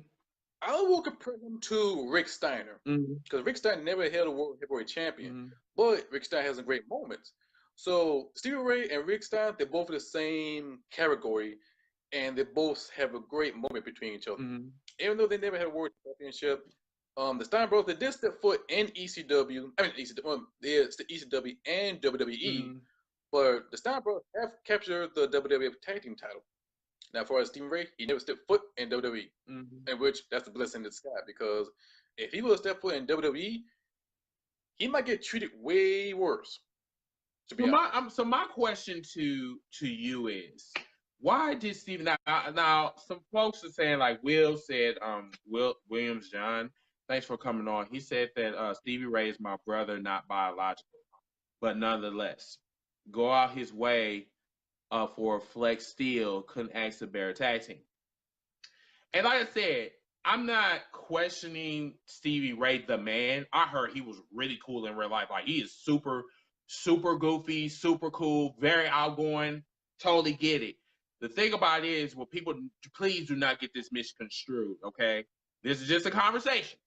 This is not being disrespectful, because that is the last thing that I'm trying to do. But the thing about this here is reality. The reality is this, that when people like have a conversation about Harlem Heat is one of the best tag teams of all time. They are the first tag team to 10-time tag team in any company. I mean, that's Hall of Fame status already. But then people, I think what Dave was trying to do was, he was trying to shade his, singles, his singles career. And see, the thing is, I didn't follow Stevie Ray like that in WCW. I just know him at Harlem Heat. That's it. And that's enough for me for him to go to the WWE Hall of Fame. But it's just, I think Dave was just kind of wrong for like saying that, Stevie Ray shouldn't go to the WWE Hall of Fame because no one knows him. I said, all you gotta do is fucking go to google.com and you will see who in the fuck he is. But yeah, I think that part was disrespectful though. And you got WWE Network. You can look up Stevie Ray and all your library of him is right there in WWE Network. That easy. But see, the thing about it is, some folks do not want to do their research, and they want to sit back and they want to disrespect folks that they don't even fucking know, and they don't realize that these motherfuckers they've been in the business for a very long time. And just because he didn't go to the WWE does not mean that he's not any less of a person, like, compared to his brother, whatever. Yes, his brother did, had more accomplishments than Stevie Ray, but Stevie Ray actually, he did his thing, and he did make history in the wrestling scene. It's just that's just what really pisses me off about some fans, you know what I'm saying? Instead of like, saying like, I'm gonna see who he is and then I'll like, have my opinion, but that's what really it just And right now, I think they deserve to be a Hall of Fame. Not like that, they did win a Reality of Wrestling Tag Team title like 2 years ago, I think, when the Harlem Heat reunited against. Wait a minute. I don't know if this is actually him, but I think this is Stevie Ray. I don't know if this is actually him. But if this is Stevie Ray, I would love to talk to him one-on-one though. But if it is, thanks for coming on. Appreciate it. But what else did you want to talk about here? All right, New Japan Cup is off the chain. You gotta watch Kota Ibushi versus Tatsuya Naito. Best fucking match. Also, Real Offspring versus Lance Archer. Best match right there. And also, I'm gonna talk about WWE earning the award for the worst company of all time. I mean, do you realize? Are you surprised? Not really. You know what's the funny part is? They broke the streak. They finally defeat Empire Wrestling. Because for many years, Empire Wrestling been winning worst wrestling promotion for all these years until WWE finally took the crown now. Bro, so that says a lot. Let's really kind of clarify this shit right here. Like, WWE has been awful for the last 5 years, and that's no lie.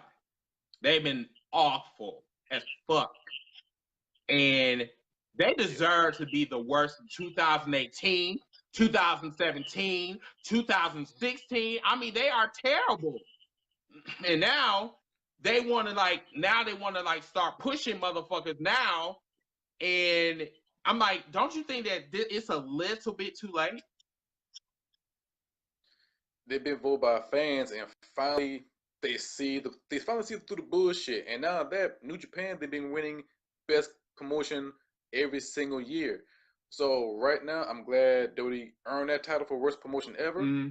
Finally, we finally put this bullshit about the WWE is the biggest promotion of all time. They're top dog. That don't mean shit. Mm-hmm. New Japan Pro Wrestling is the top dog, and right now, hopefully the young upcomers indies wrestlers see that bullshit. Mm-hmm. So I'm going to save my stuff for the next podcast, Heel Turn podcast, this Saturday at 8 o'clock. I'm going to talk more about it because I want to see my legendary favorite wrestler, Stevie Ray. I hope he be there because he's my favorite wrestler, one of the greatest of all time in tag team history, and wrestler. So I'm going to have him give him a little heaven floor. All right, cool, man. We will definitely talk this weekend, but thank you so much for coming on, man. All right, no problem, man. All right, so I don't know if this is the real Stevie Ray. I would love to talk to him because I would really love to get him. But like he said, if this is him, you know, he shouldn't give a fuck about what people's opinion about him is. But like I said, everybody should know who Stevie Ray is. If you know who Booker T is, you should know who the fuck Stevie Ray is. But yes, if he wants to come on, I would love to get him on and get his comments about, you know, if he wants to come on, all he gotta do is say yes, and I'll get his ass on. That's not a problem. So I don't know if he's still in the room, but Mr. Stevie Ray, if you want to come on, we can have a little mini interview with you. I don't see his name on here, but if he does ask me for a request, I'll definitely get him in on for you.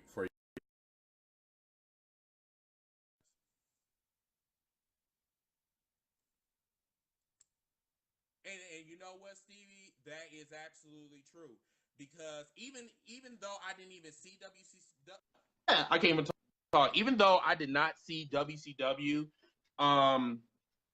until like probably the late 90s, I did. The first people that was mentioned was Harlem Heat, Ric Flair, Sting, the Cruiserweight division, Disco Inferno. I know he was trash, but whatever.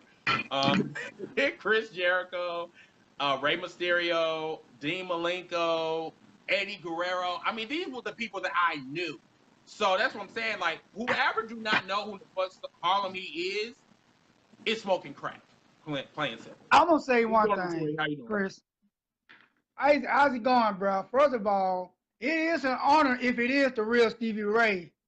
It is an honor and a privilege to have such a legend like Stevie Ray on your podcast.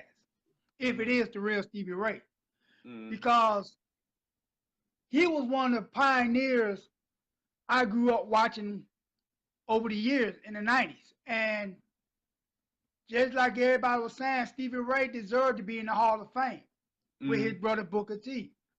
10-time WCW Tag Team Champion. They were also known as Ebony Express in some other promotion before coming to WCW.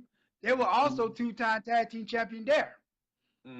So Stevie Ray, for those of you who don't know who Stevie Ray is, this is the man that trained his brother, Booker T. When Booker T was I saw Booker T documentary on WWE Network when Booker T was in jail and stuff. It was Stevie Ray that bailed him out. It was Stevie Ray that trained him to be a professional wrestler. Mm-hmm.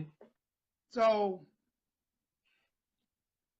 for Dave Meltzer to say that a guy like Stevie Ray, a man who trained one of the greatest of all time, his own brother Booker T, doesn't deserve to be in the Hall of Fame, well, he doesn't know what he's talking about. Now, I'm not going to say, Stevie Ray, you are a great singles wrestler, but you are a great wrestler. That's big ups to Mr. Stevie Ray. Now, as far as Kofi's concerned, what Vince McMahon is trying to do, he's trying to stack the deck against Kofi by any means necessary. Because I saw what New Day did. I made a post in your group, by the way, highlighting everything that the New Day said about Kofi Kingston. Everything the New Day said is true. Kofi Kingston has defeated every WWE champion in a one-on-one match or in some type of match. That is true. Randy Orton was one. AJ Styles was another one. Not too long ago, Daniel Bryan, he beat Dolph Ziggler. He don't beat The Miz. Every WWE title, every WWE champion that faced Kofi Kingston was defeated by Kofi Kingston. But yet, like you were saying, like I was saying, Kofi Kingston has never complained. Never. Kofi Kingston is doing what he's doing. Never complained. Another point is that another point I like about New Day is they were dead ass serious when they said they're gonna beat up every damn body that comes their way. You saw what happened when they had that match with the Bar and Shinsuke and Rusev versus the Hardys, Ricochet, and Aleister Black. Who came in that match? The New Day. What do? They didn't go around tossing pancakes to the fans. Xavier Woods didn't go around doing a dun, dun, dun. No. They came in that ring and beat somebody's ass. That tells you right there that New Day are not playing games. They want to see Kofi Kingston win. They want to see Kofi Kingston get a championship opportunity that he earned.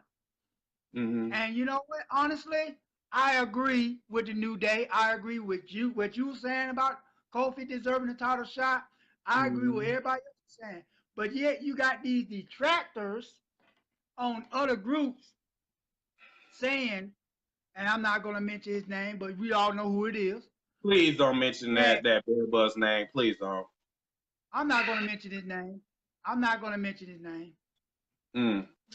But you got detractors, or I call them detractors, saying that Kofi doesn't deserve a WWE shot, doesn't deserve a title opportunity. No. We said he earned the WWE title shot. Not deserved. Earned. Big difference. Big difference. And then earlier when that guy that responded to me saying about us WWE, about us watching WWE, saying that we shouldn't be doing this, doing that, and all that. All I'm saying is we are wrestling fans. We can watch WWE, we can watch NXT, we can watch Impact Wrestling, New Japan, AEW when it comes on, Ring of Honor when it, New Japan, all these promotions. We don't watch it just be watching it. We watch it because we love professional wrestling.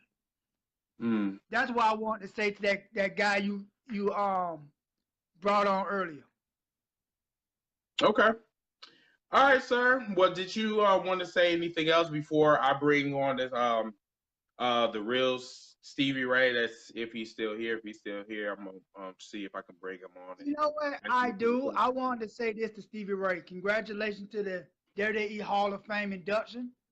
And don't worry about what these haters say about you. That's what I wanted to say. Okay. If it is the real Stevie Ray. All right. Well, thank you, sir, for your comments, and we'll talk to you later. All right, bro. See you around. All right, man.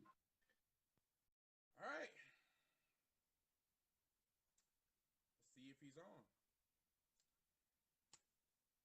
We'll see if this is the real Stevie Ray. If he is the Stevie Ray, if he's the real Stevie Ray, I'm gonna mark the fuck out.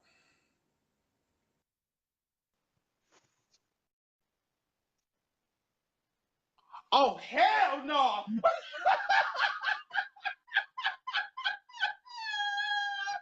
Oh my god! Oh my god! Oh my god! Oh my!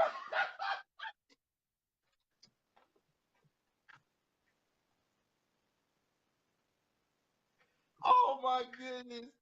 Oh shit! Oh shit!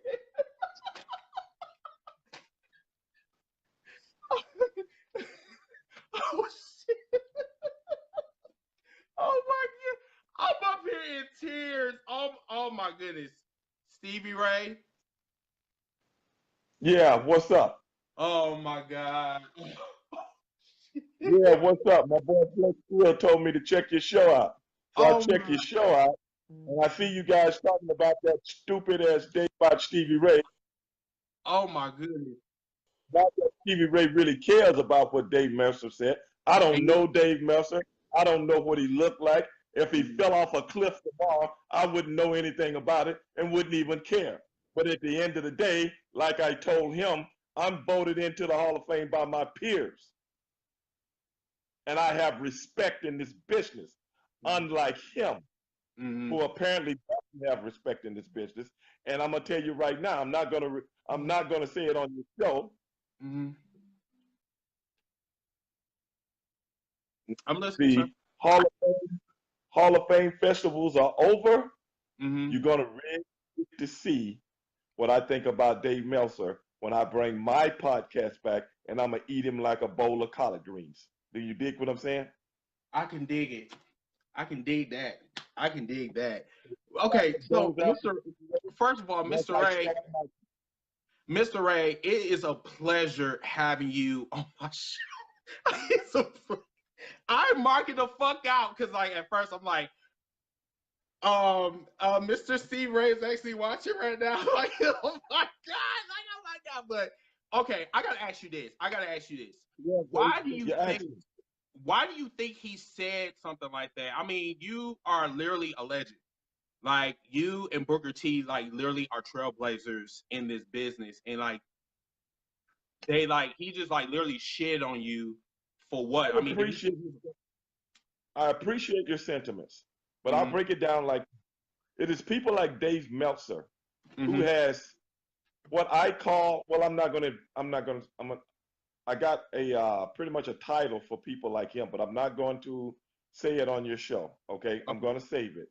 But it's people like him and others. I'm listening to your show. I can see you guys are very intelligent, and I can see that you guys go out of your way to talk about wrestling in a way that I really like to hear things. Not people that just say negative things to try to get a bump from people to listen to them.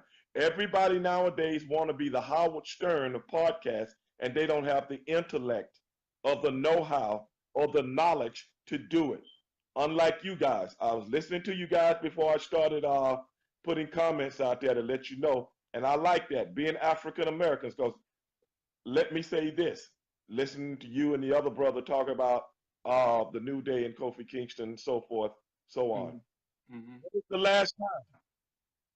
When is the last time? And anybody out there listening to me right now, you can make comments on this. When is the last time African American people had somebody to really root for and they couldn't wait to see them when they came on television? When is the last time? When is the last time? Nobody was a character of what other people think that we are. Can you answer that for me? And anybody out there, let me tell you something about Stevie Ray. Brother, I've been around the world twice, and I'm very astute at this game, and I'm very astute at the entertainment game. So when it comes down to professional wrestling, You want to know something? Somebody need to holler at your boy, because I'm going to tell it like it is. They don't call me Straight Shooting Stevie Ray for nothing. I earned that moniker because everybody in the business knew. You ask him, get it straight. And I could give two shits if you liked it or not. I hear you. I hear you. And see, the thing is, I don't think a lot of fans give you enough credit because you didn't go to the WWE. And instead of like shitting on your legacy, they should, you know, go to google.com and see who the fuck you is. You know what I'm saying? Let me tell you. If I wanted to go to WWE, I would have went to WWE. I didn't want to go to WWE. And I feel I went overseas for 3.5 years. Not only that, I had a young daughter that needed me home. Not only that, I had a business that I was running. I had Stevie Ray Supercars that I was running also. So I couldn't be a full-time wrestler anymore. And thirdly, this is just me. And I will have revealed this. I've talked to people on other podcasts about it. So it's out there. So this won't be breaking for a lot of people. Maybe people that watch your show, I really don't know. Okay. But the one thing I didn't want to happen to Harlem Heat, I didn't want them to turn us into something like a New Day. I wanted nothing against the New Day. I love those guys. I know all of those guys. But I'm not talking about them as people. I'm talking about the character. I'm feeling you. I'm feeling you. So I want Harlem Heat to be. So my question to you is, like, as much as I enjoy New Day, I enjoy them 100%. Oh, but so see the thing, I said, so do I. But the thing about it is, I don't want to say this because like I don't want to offend anybody though, but I'm just keeping this shit real. Do you think that New Day has that they play that circus act a little bit too much? I mean, do you think that they're not being taken seriously? Let me tell you something. In the professional wrestling game, you guys are big fans. And you guys, I'm not trying to disrespect anyone. Every fan, I respect you. What people don't realize is when you're contracted to do a job, you got to do the job the best you can do it. Sure. So when you said they're overplaying some of this, that, and the other, hey, man, you signed up for it. You know what I'm saying? So if you can't go all into it, don't sign up for it. So we being African Americans, we will see that totally different than someone from another culture. And I get where you're coming from. I get that. So in essence, it's not on them. If somebody asks me to play a gorilla, if I got two options, I can say, no, I don't want to play a gorilla. Well, if I say, okay, I'm going to play the gorilla, I got to play the gorilla as best as I can do it. You see what I'm saying? Because I see for it.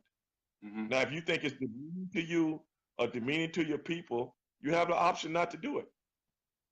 But if you take on the role, you got to do it the best you can do it. And that's what I say about the New Day.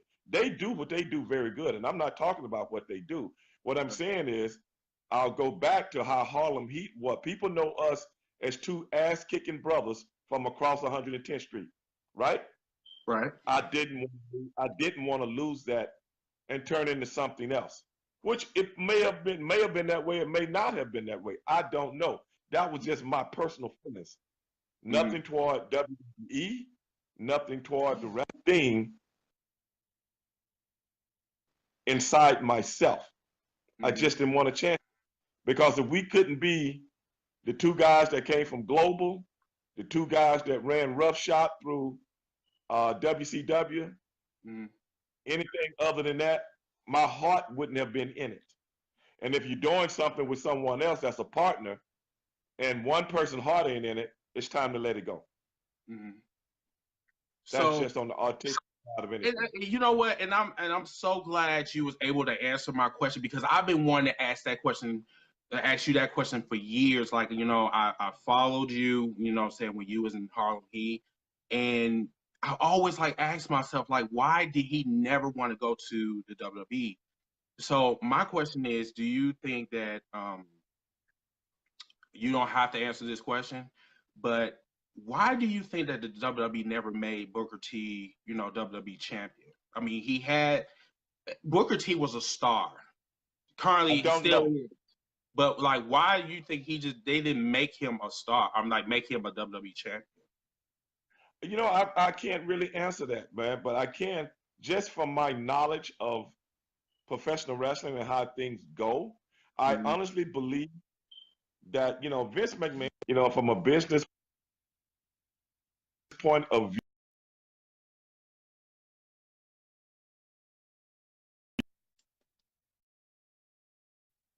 you're going to invest in the people that's your people. So I always felt as though all the guys that were coming there from WCW were going to be used to make the WWE guys look good. That's true. From a business point of view, if I bring you in, let's say, remember when, I don't know if you remember, you might not be old enough. Then again, you might be. This is the late 90s. 35. I'll be 36 in about a week. You should be old enough. You was a kid, but you should be old enough. You remember when the ECW came into WCW?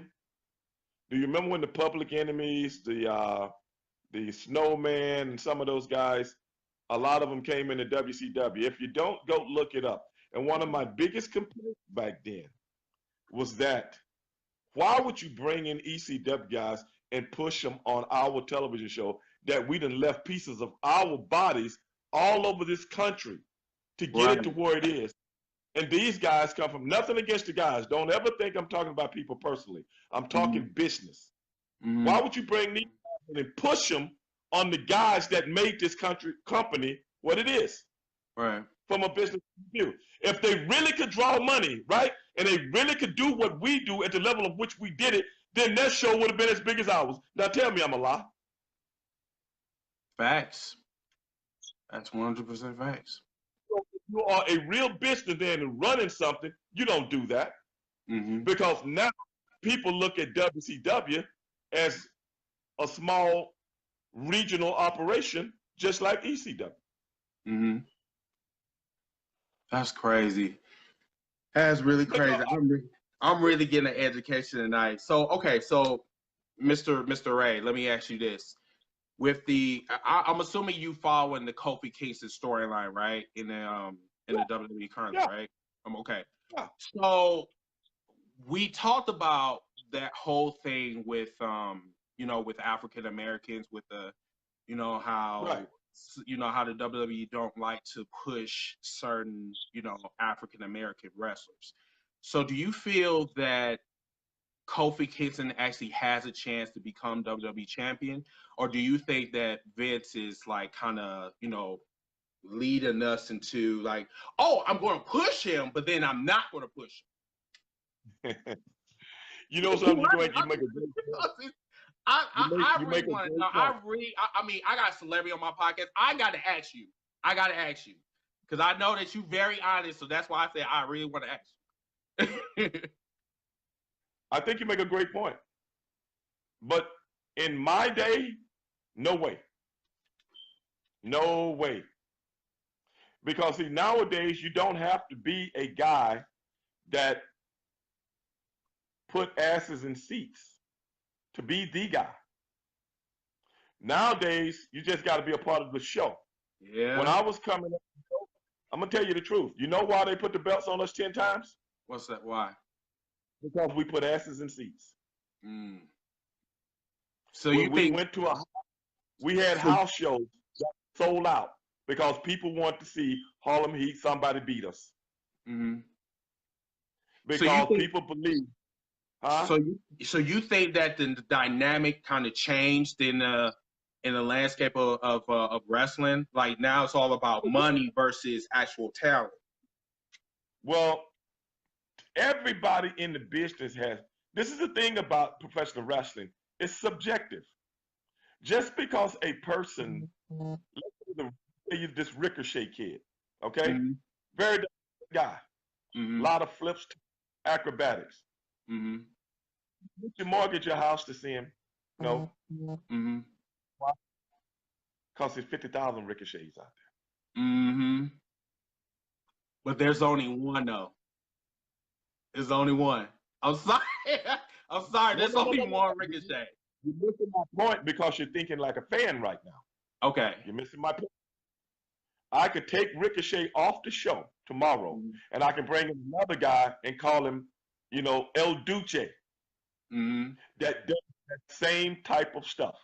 Then what would be unique about it? You beat and forgot about Ricochet in 2 days.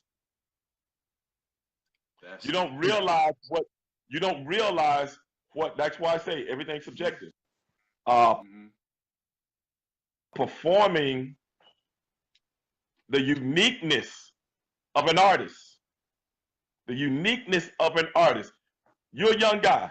Let me put it to you this way. Hip hop. Okay? Hip hop. In my era, you know who was big? Public Enemy. Right? You know anything about Public Enemy? Yes, I do, sir. Okay. You've listened to the music, right? Fight the Power, right? Huh? Fight the Power, right? Yeah. You listen to the words you listen to the words and the sound. Yes. And the arrangements of their music. Now tell me another group that sounds like Public Enemy in the hip hop world. Currently or before? Or like during any last 100 years. Now you see what I'm talking about. You see the difference?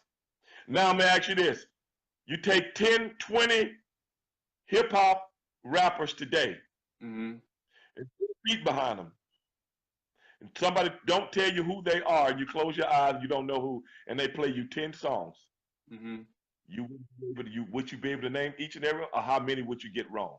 You see the difference? I'll probably get all of them wrong. Do you see the point I'm making? Yes, sir. Yes, sir. See what I'm saying? So if Harlem Heat went away, a void from your everyday existence as looking at entertainment has been taken away from your heart because you know it wouldn't be. But you guys were unique. You guys brought something to the table that other tag teams didn't. You know what I'm saying? Back in that That's my point. Yeah. So that's what I'm saying. Like, you guys stand the fuck out. So that's what I'm saying. Now you see what I'm trying to tell you. As to when a show came to town, there was a lot of different variables. You knew who Ric Flair was. You knew who were. You even know all the tag teams had an individuality about them. You see what I'm saying? The individuals that pull the show. Now I think it's more the show pulls the individual. You see the difference? Gotcha. So I think today, going back to your original statement, Kofi Kingston could hold the belt today because he doesn't have to pull the company with him. That's true. Mr. Ray, are you open to any questions? I mean, I don't know how much time you have. I'm just like really happy that you're on our show. But there is a couple fans that want to ask you a question. Are you go ahead? Good? Okay. Eric Stewart, he asked, if I can go back, he said, what made you make Harlem Heat? I can't see it on my page, but yeah, he asked, how did you come up with that name Harlem Heat? How we come up with the name?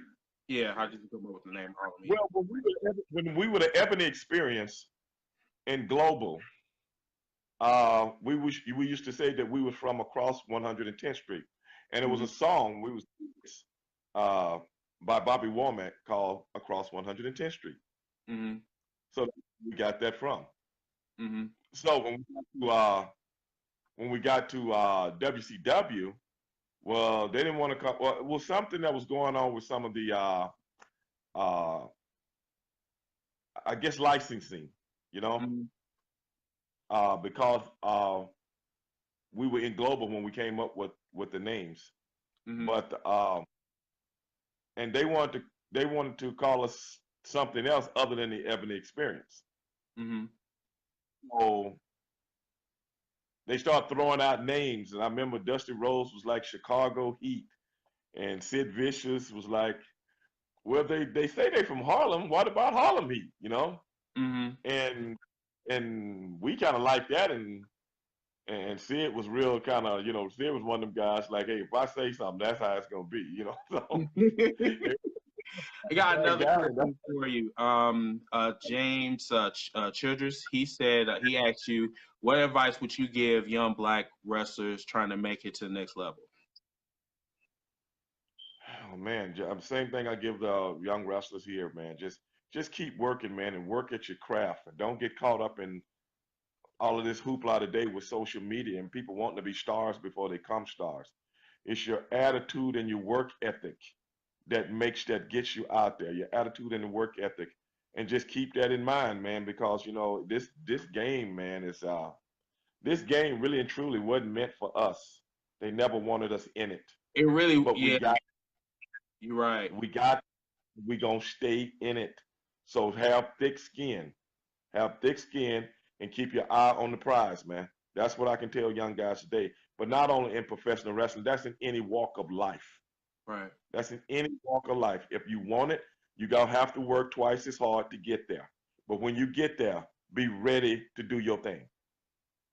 Another question came from Nicholas Smith.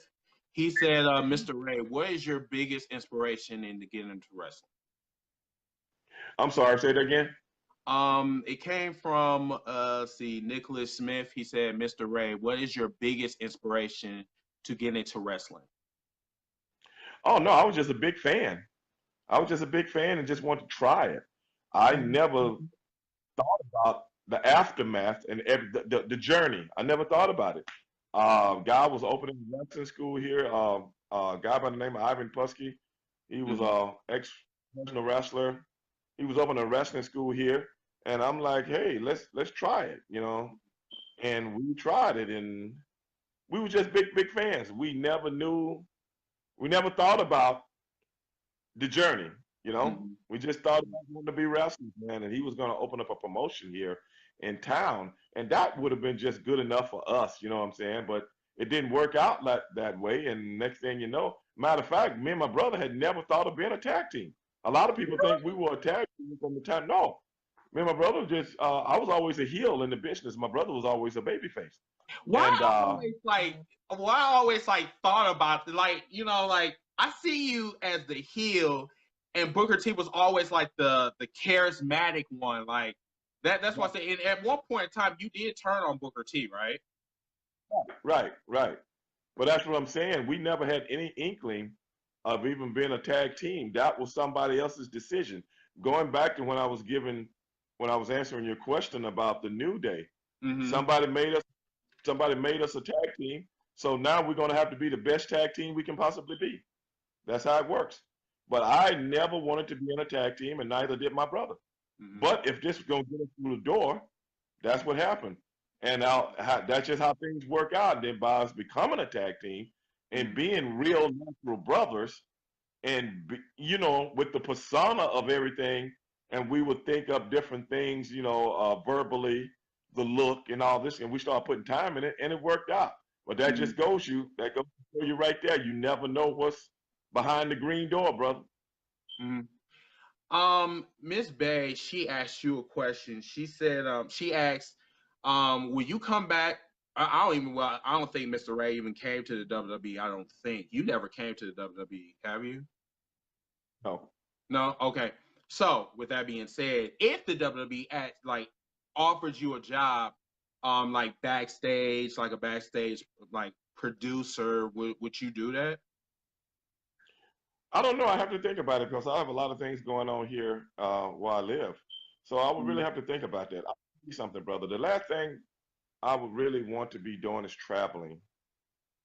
I hate traveling. I hate traveling.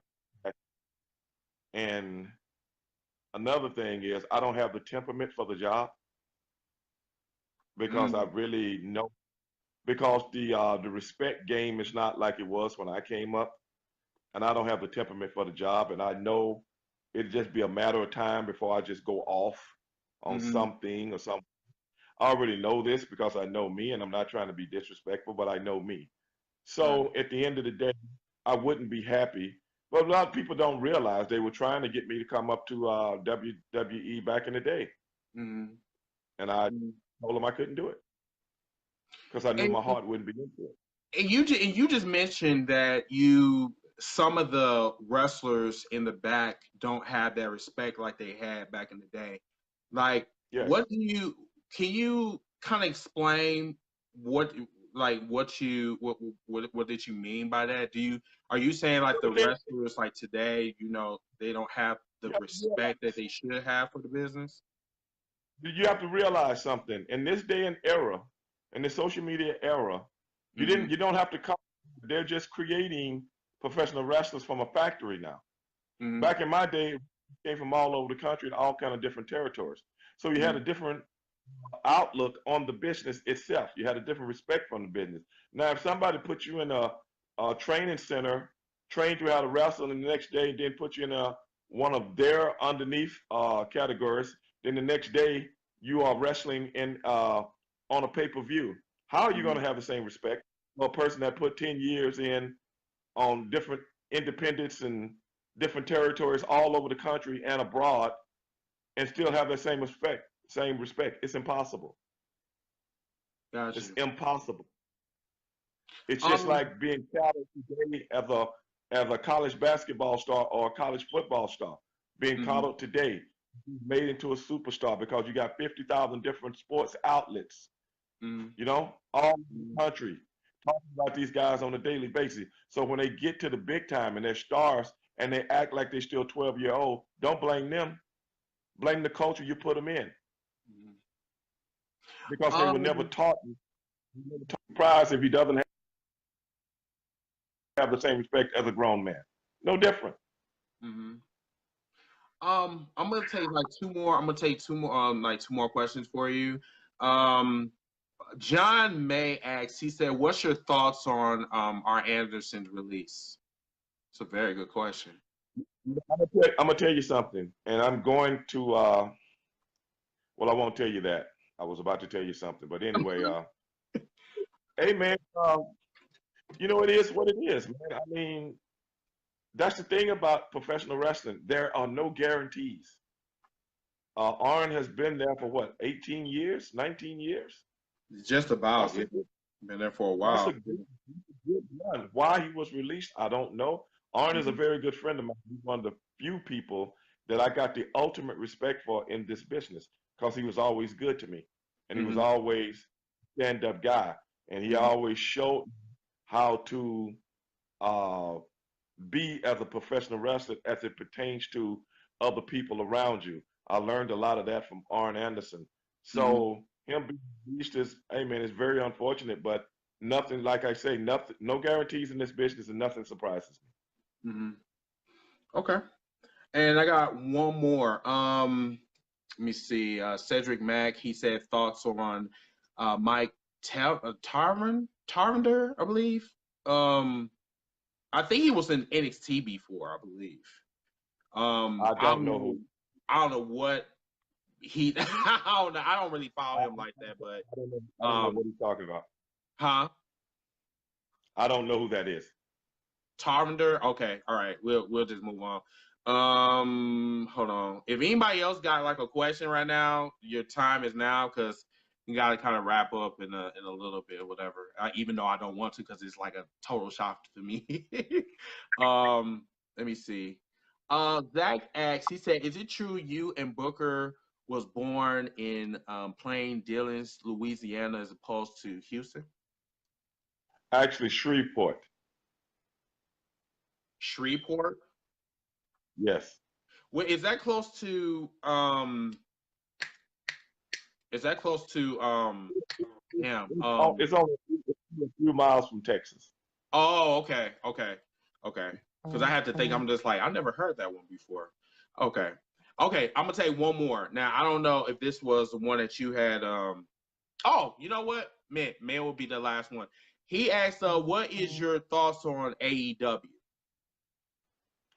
I really don't have any thoughts on something that I don't know anything about. Well, damn. Okay, so let me ask you this. I know you don't. A lot of people don't know a lot about AEW. They just say that AEW is just a T-shirt company, which I don't know. I mean, I know this is supposed to be coming, but that's all I know. And I know they have supposedly hired guys or something of that nature. And I know the guy that owns the Jacksonville Jaguars' son is doing this, so his daddy's a billionaire. So I say, hey, anybody that gets in the AEW, try to take as much money as you possibly can, because we all know, you know, when it comes to this business, I hope you get the biggest contract, because I don't know how long it's going to be around, because this is just me. I really don't think right now, with how everything is, that's really a market for another major professional wrestling company. I really just don't think so. So Mr. Ray, okay, so then with that being said, do you think that, well, it's kind of hard because you say you don't really know a lot about AEW, which is fine, but you know, with the backing of a billionaire or whatever, I mean, do you think that they have a chance of competing with the WWE if they have, like, you know, a decent roster? I mean, because right now they're just selling T-shirts right now, and that's about it. Let me ask you this. Did anybody ever compete against Ringling Brothers and Barnum and Bailey Circus? The who? I said, did anybody ever compete against Ringling Brothers and Barnum and Bailey Circus? That was around 100 years. I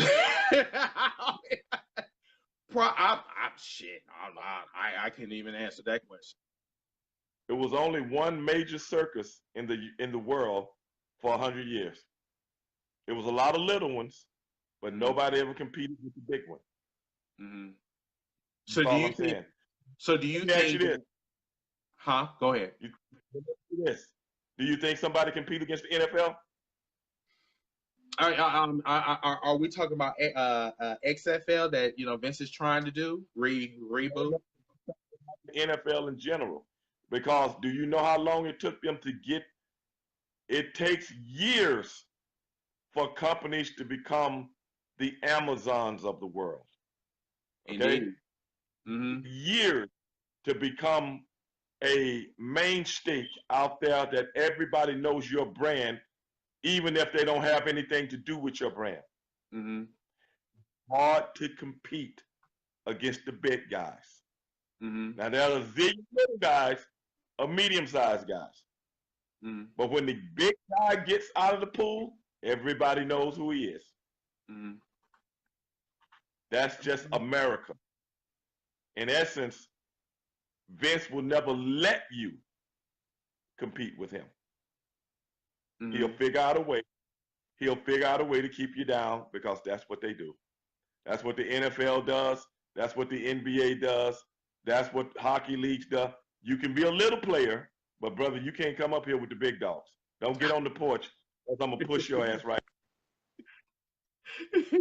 Because it's just, I just really believe that. I mean, the AEW say that they don't want to compete with the WWE. They want to be the alternative. I mean, do you think that they're lying through their teeth, or do you think they're just trying to burr up to the fans? I think you got to realize the Shaq Khan guy. He didn't. The Jacksonville Jaguars. He didn't get to where he didn't get to be a billionaire in the United States of America, being of Indian descent or Pakistani, or what, I can't remember exactly what he is. In a Caucasian world like the United States of America, by sitting at the truck stop. You got to know business. And if you know business, know your limitations. That's T. Everybody, this is the real Stevie Ray, the one that's about to go to the Hall of Fame. I'm like, I can't believe I'm sitting here and having a 30-minute conversation with Stevie Ray. I've been on the phone I've been on for that long. I mean, right now it's like shit on my wife. It's about. I'm gonna send you. I'm gonna send you my PayPal. Okay. Can I add you on Facebook? Huh? Can I add you on Facebook? Yeah. Okay, awesome. Yeah, because I gotta talk to you some more about because I got some more questions. I might want to like, you know, interview you some more. So, but no, Mr. Ray, thank you so much for coming on and just blessing us with your presence. I really do appreciate this. Hey man, my boy Flex Steel, I guess he's one of your I guess he views you a lot, and my boy Flex and friends on. And you know what, Flex? Thank you so much, because at first I didn't believe what the hell you were saying.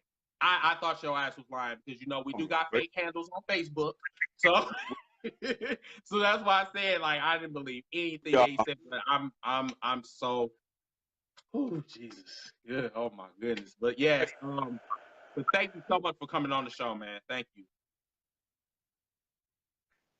You take care of yourself, and congratulations for going into the Hall of Fame. Hey, I appreciate it, brother. No problem. Take care of yourself. All right now. What the fuck just happened? What the fuck just happened?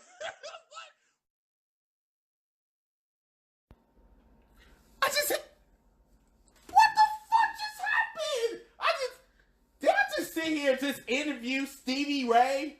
Bitch, I'm done. I'm like, you know what? I'm done. And you know what? Flex, thank you. Just thank everybody that is watching right now. Oh my God. I don't even know what to say. Like, I don't know what to say, everybody. I don't know what to say. Like, everybody that's watching right now, like, we do these shows on Thursdays, and there's a lot of people that have been watching the show, but I've been really, like, not paying attention. I didn't think that celebrities were actually watching the show. So, like, I'm blessed. I'm really happy. I'm ecstatic. I can't believe that I actually just interviewed Stevie Ray. Like, the one that's, like, been the hottest topic this week. And, like, I just interviewed Stevie Ray. Like, that shit is blowing my fucking mind right now. So, but no, thank Stevie Ray, if you still here, thank you so much for coming on and blessing us with your presence. So, thank you. I really do appreciate it. So, what we're gonna do is, I'm gonna bring Matt on here. We're gonna finish the show with Matt, because I know Matt got a lot to say. But yes, if you guys want to follow us, all you gotta do is go to we got a page on Instagram, #Heels for Life Wrestling Podcast. Also, you can follow us on YouTube at #Heels for Life Wrestling Podcast on YouTube.com. So yeah, let me bring on Matt, and then what we'll do is we'll pick this up off in WCC tomorrow night or whatever. So if I didn't get to everybody, I'm sorry. I just had the biggest shock of my fucking life. I interviewed Stevie Ray, Booker T's brother. I had the biggest interview of my fucking life. And wow, that's all I gotta say. So yeah, let me bring on Matt. I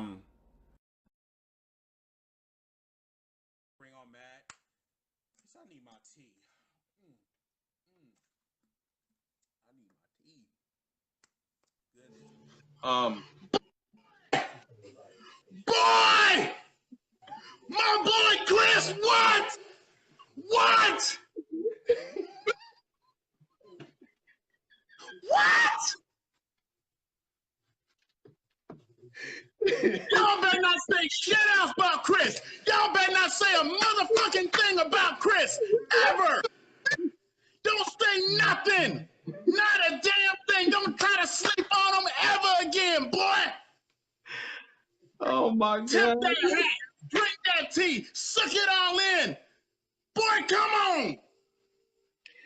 All I'm gonna say is I'm blessed. That's just the thing. Like, Matt, I don't have the words right now. I'm still getting over this shock. Like, bro, man, there are no words. Right? Like, did that just happen? I mean, like, man, I was watching just as Flex was saying his little thing about Stevie Ray. I was like, okay. And then Stevie Ray popped in the comments. I was like, okay, I wonder if this is the real Stevie Ray. And then he pops up on the podcast.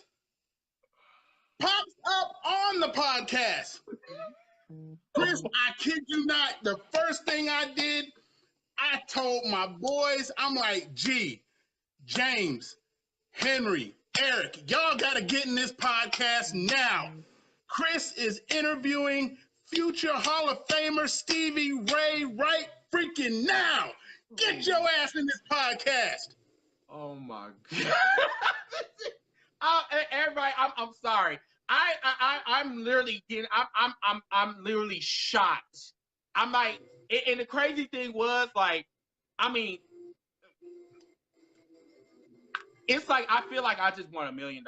Like, it's I've interviewed like wrestlers before, but I mean, Stevie Ray is another level. You know what I'm saying? Like, I'm just like, I can't believe I just interviewed Stevie Ray and I got some like questions answered that I've been wanting to ask him for years.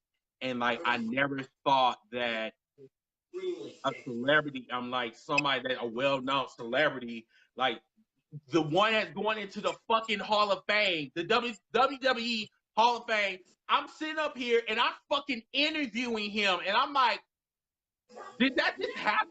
I mean, like, and me and him had a deep ass conversation, and it's like, I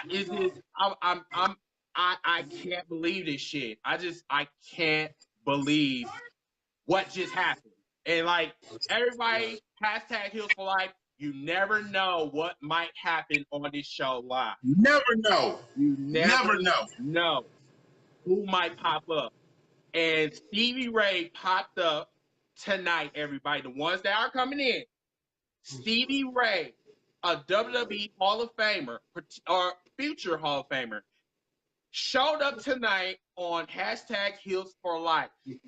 And me and him had a sit-down 30-minute conversation about his career, about how he feels about business, about Dave, Meltzer, and he did not hold back his comments whatsoever. It's just, None.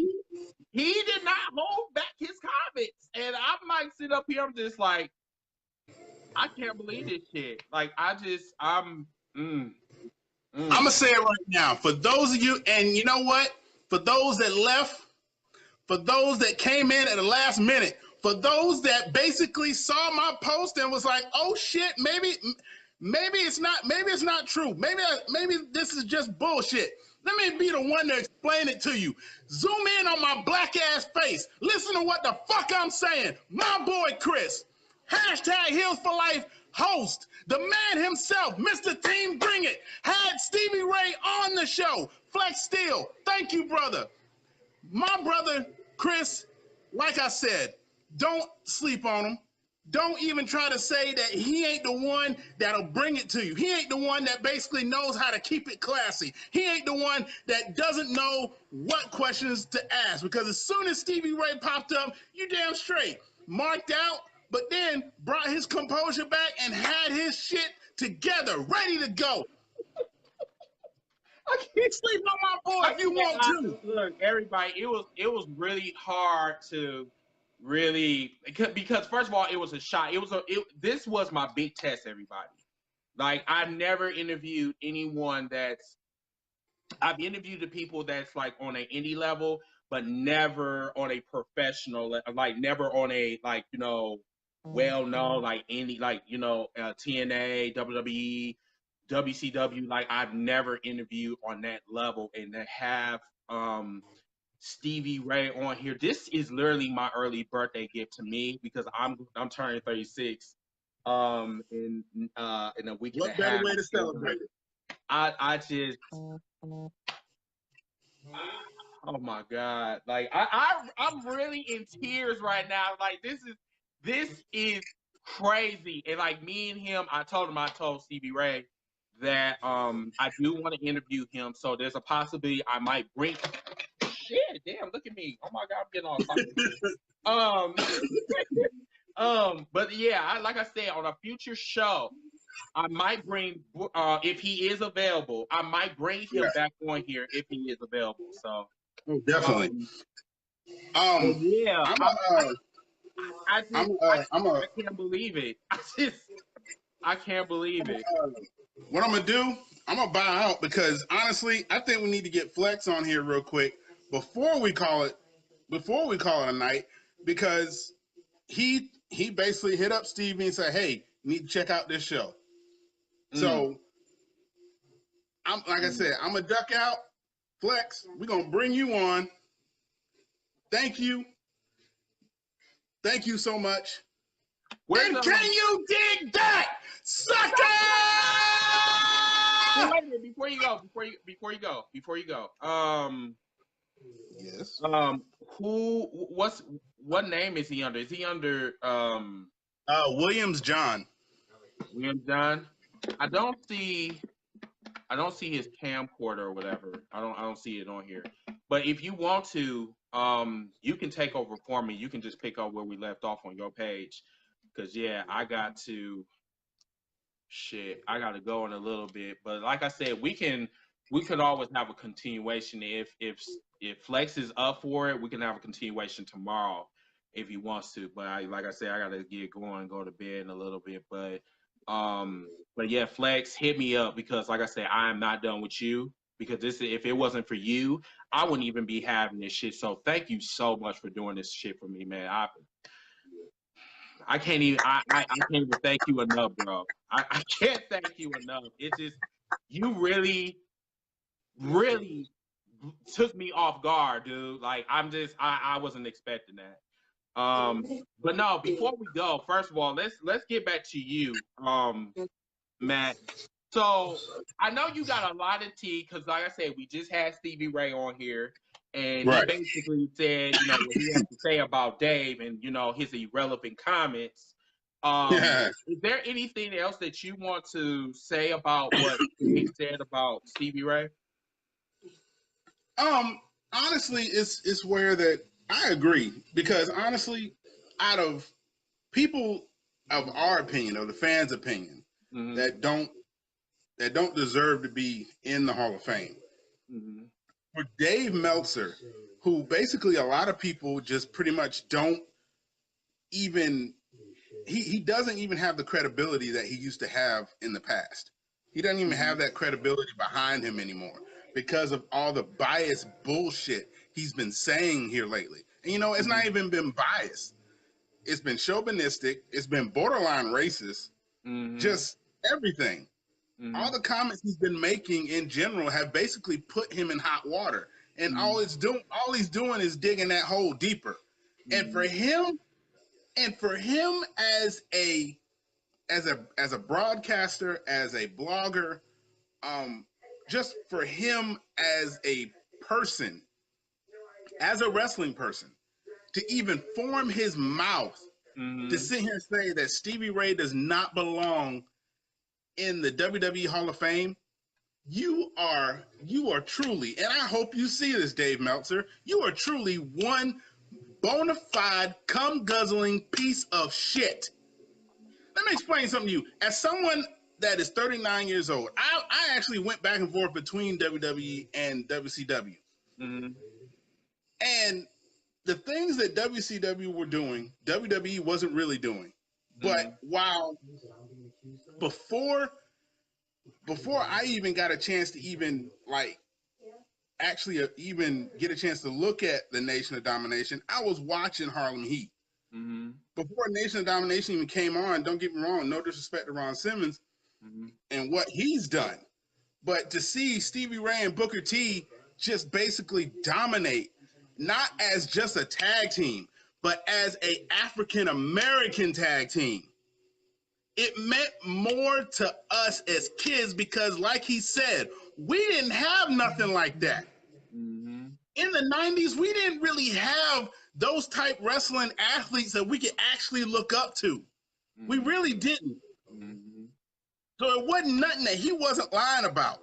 Because nowadays, don't get me wrong, yes, there's a there's plentiful black athletes in wrestling that kids can look up to, but it's just back in that time where when wrestling wasn't cool, because at one point people used to make fun of kids and everything that watch wrestling to a degree, but it was where we were like, you know what, we don't care. We have these superstars, these athletes, these wrestlers that we look up to, and we enjoy watching them. And Harlem Heat was that tag team that we just loved watching. And like you said, you just don't become 10-time tag team champions just by happenstance. Everything that they were doing in that ring was magic. It was awesome. It was entertaining to watch. So I mean, while most people be like, oh well, it was okay. No, it might have been okay to you, but to somebody like me, somebody like Chris, somebody like Anthony, somebody like Christopher Burton, basically us as black men basically had these type of athletes that we looked up to, we enjoyed watching, and you are not going to sit here and try to disrespect that, try to shit on it, nothing. Right, Stevie Ray was right. He don't give a shit what Dave says. And he shouldn't. He shouldn't. And because like I said, he's not the, I mean, like they might have,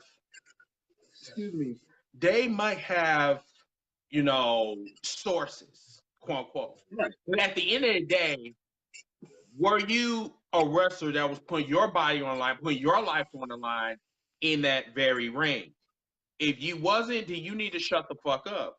Seriously, plain and simple. Sometimes fans or reporters, they really need to know. They really need to learn their role, know their role, and shut their damn mouth. Plain and simple. Because, like, how the fuck can you talk about something that you never went through? That doesn't even make sense. So that's why I said, like, Dave said a lot. Dave was really disrespectful for just saying, like, shitting on, like, Steve and saying that he shouldn't even go to the Hall of Fame. Why? Because he's black? I mean, would you say that to somebody that was Marty Jannetty? Marty Jannetty, but you know what? Champion. Just like I know. Just like I know, Dave ain't gonna fix his mouth to fucking say that shit. Of course Especially not. in this day and age. In this day and age, you are not gonna sit here and fix your mouth to say some stuff like that. Yes, we do have some idiots out in the world that want to still be like African Americans don't deserve anything. You know what? That's fine. Because we still gonna bust our ass. We still gonna put our feet to the grind, foot to asses in the seats or whatever, to basically make you notice us, make you understand that we deserve everything that is given to us. And you know what? You don't even have to give it to us. We'll earn it and they'll take it from you legally.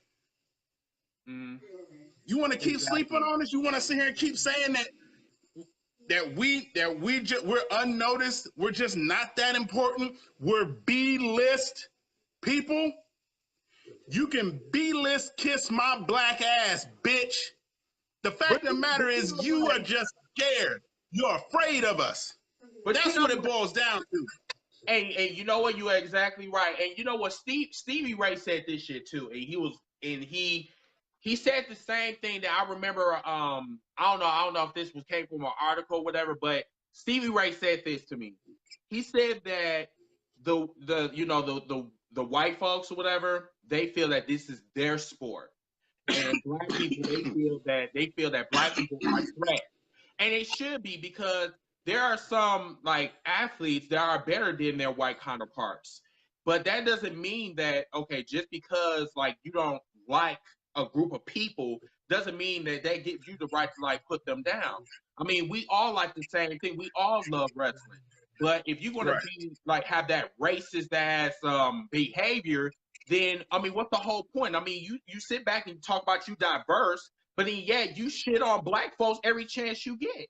And that's why Vince McMahon, that's why I kept asking Stevie Ray, do you think that Kofi Kingston has a chance to be the WWE champion? He believes that, Kofi Kingston has a chance. I believe he has a chance.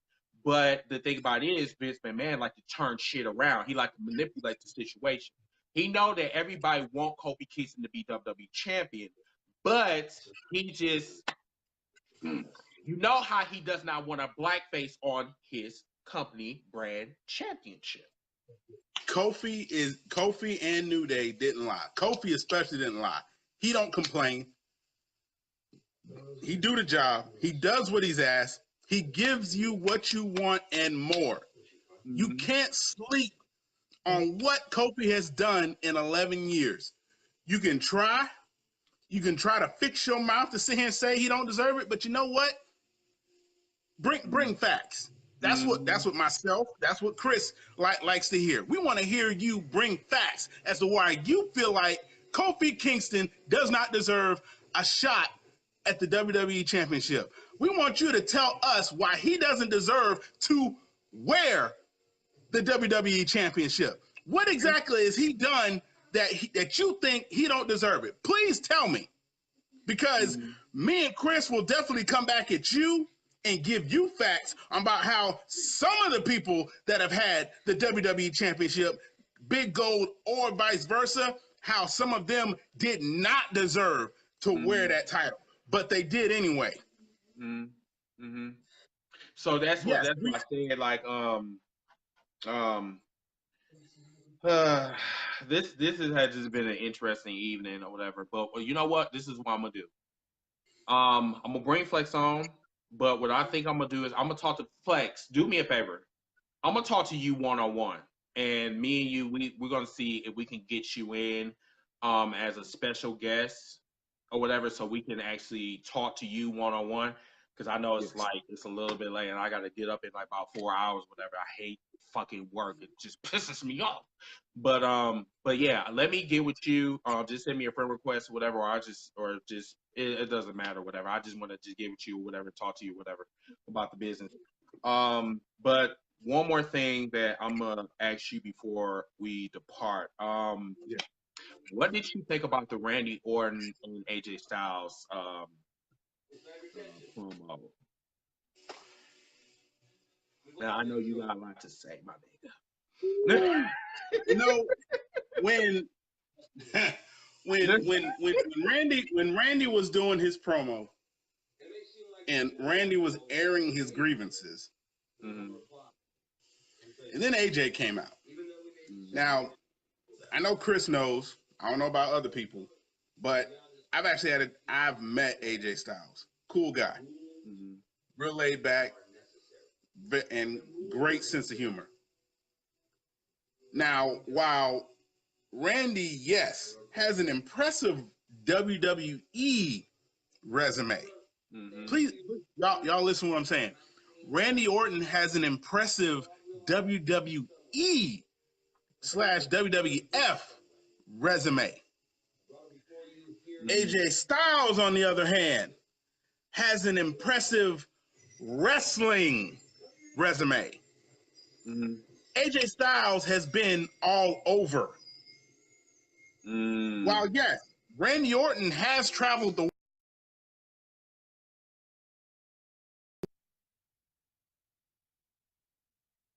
under WWE, unbanned. He's been in Ring of Honor. He's been in Impact. So while yes, Randy, you did help build SmackDown. But we all know who truly made SmackDown. And I'm sorry, that person that made SmackDown was the damn landlord, Randy Orton. and you know, bro, Randy, I know you're probably not looking at this podcast, but I know you probably will once you realize that Stevie Ray was a part of this podcast.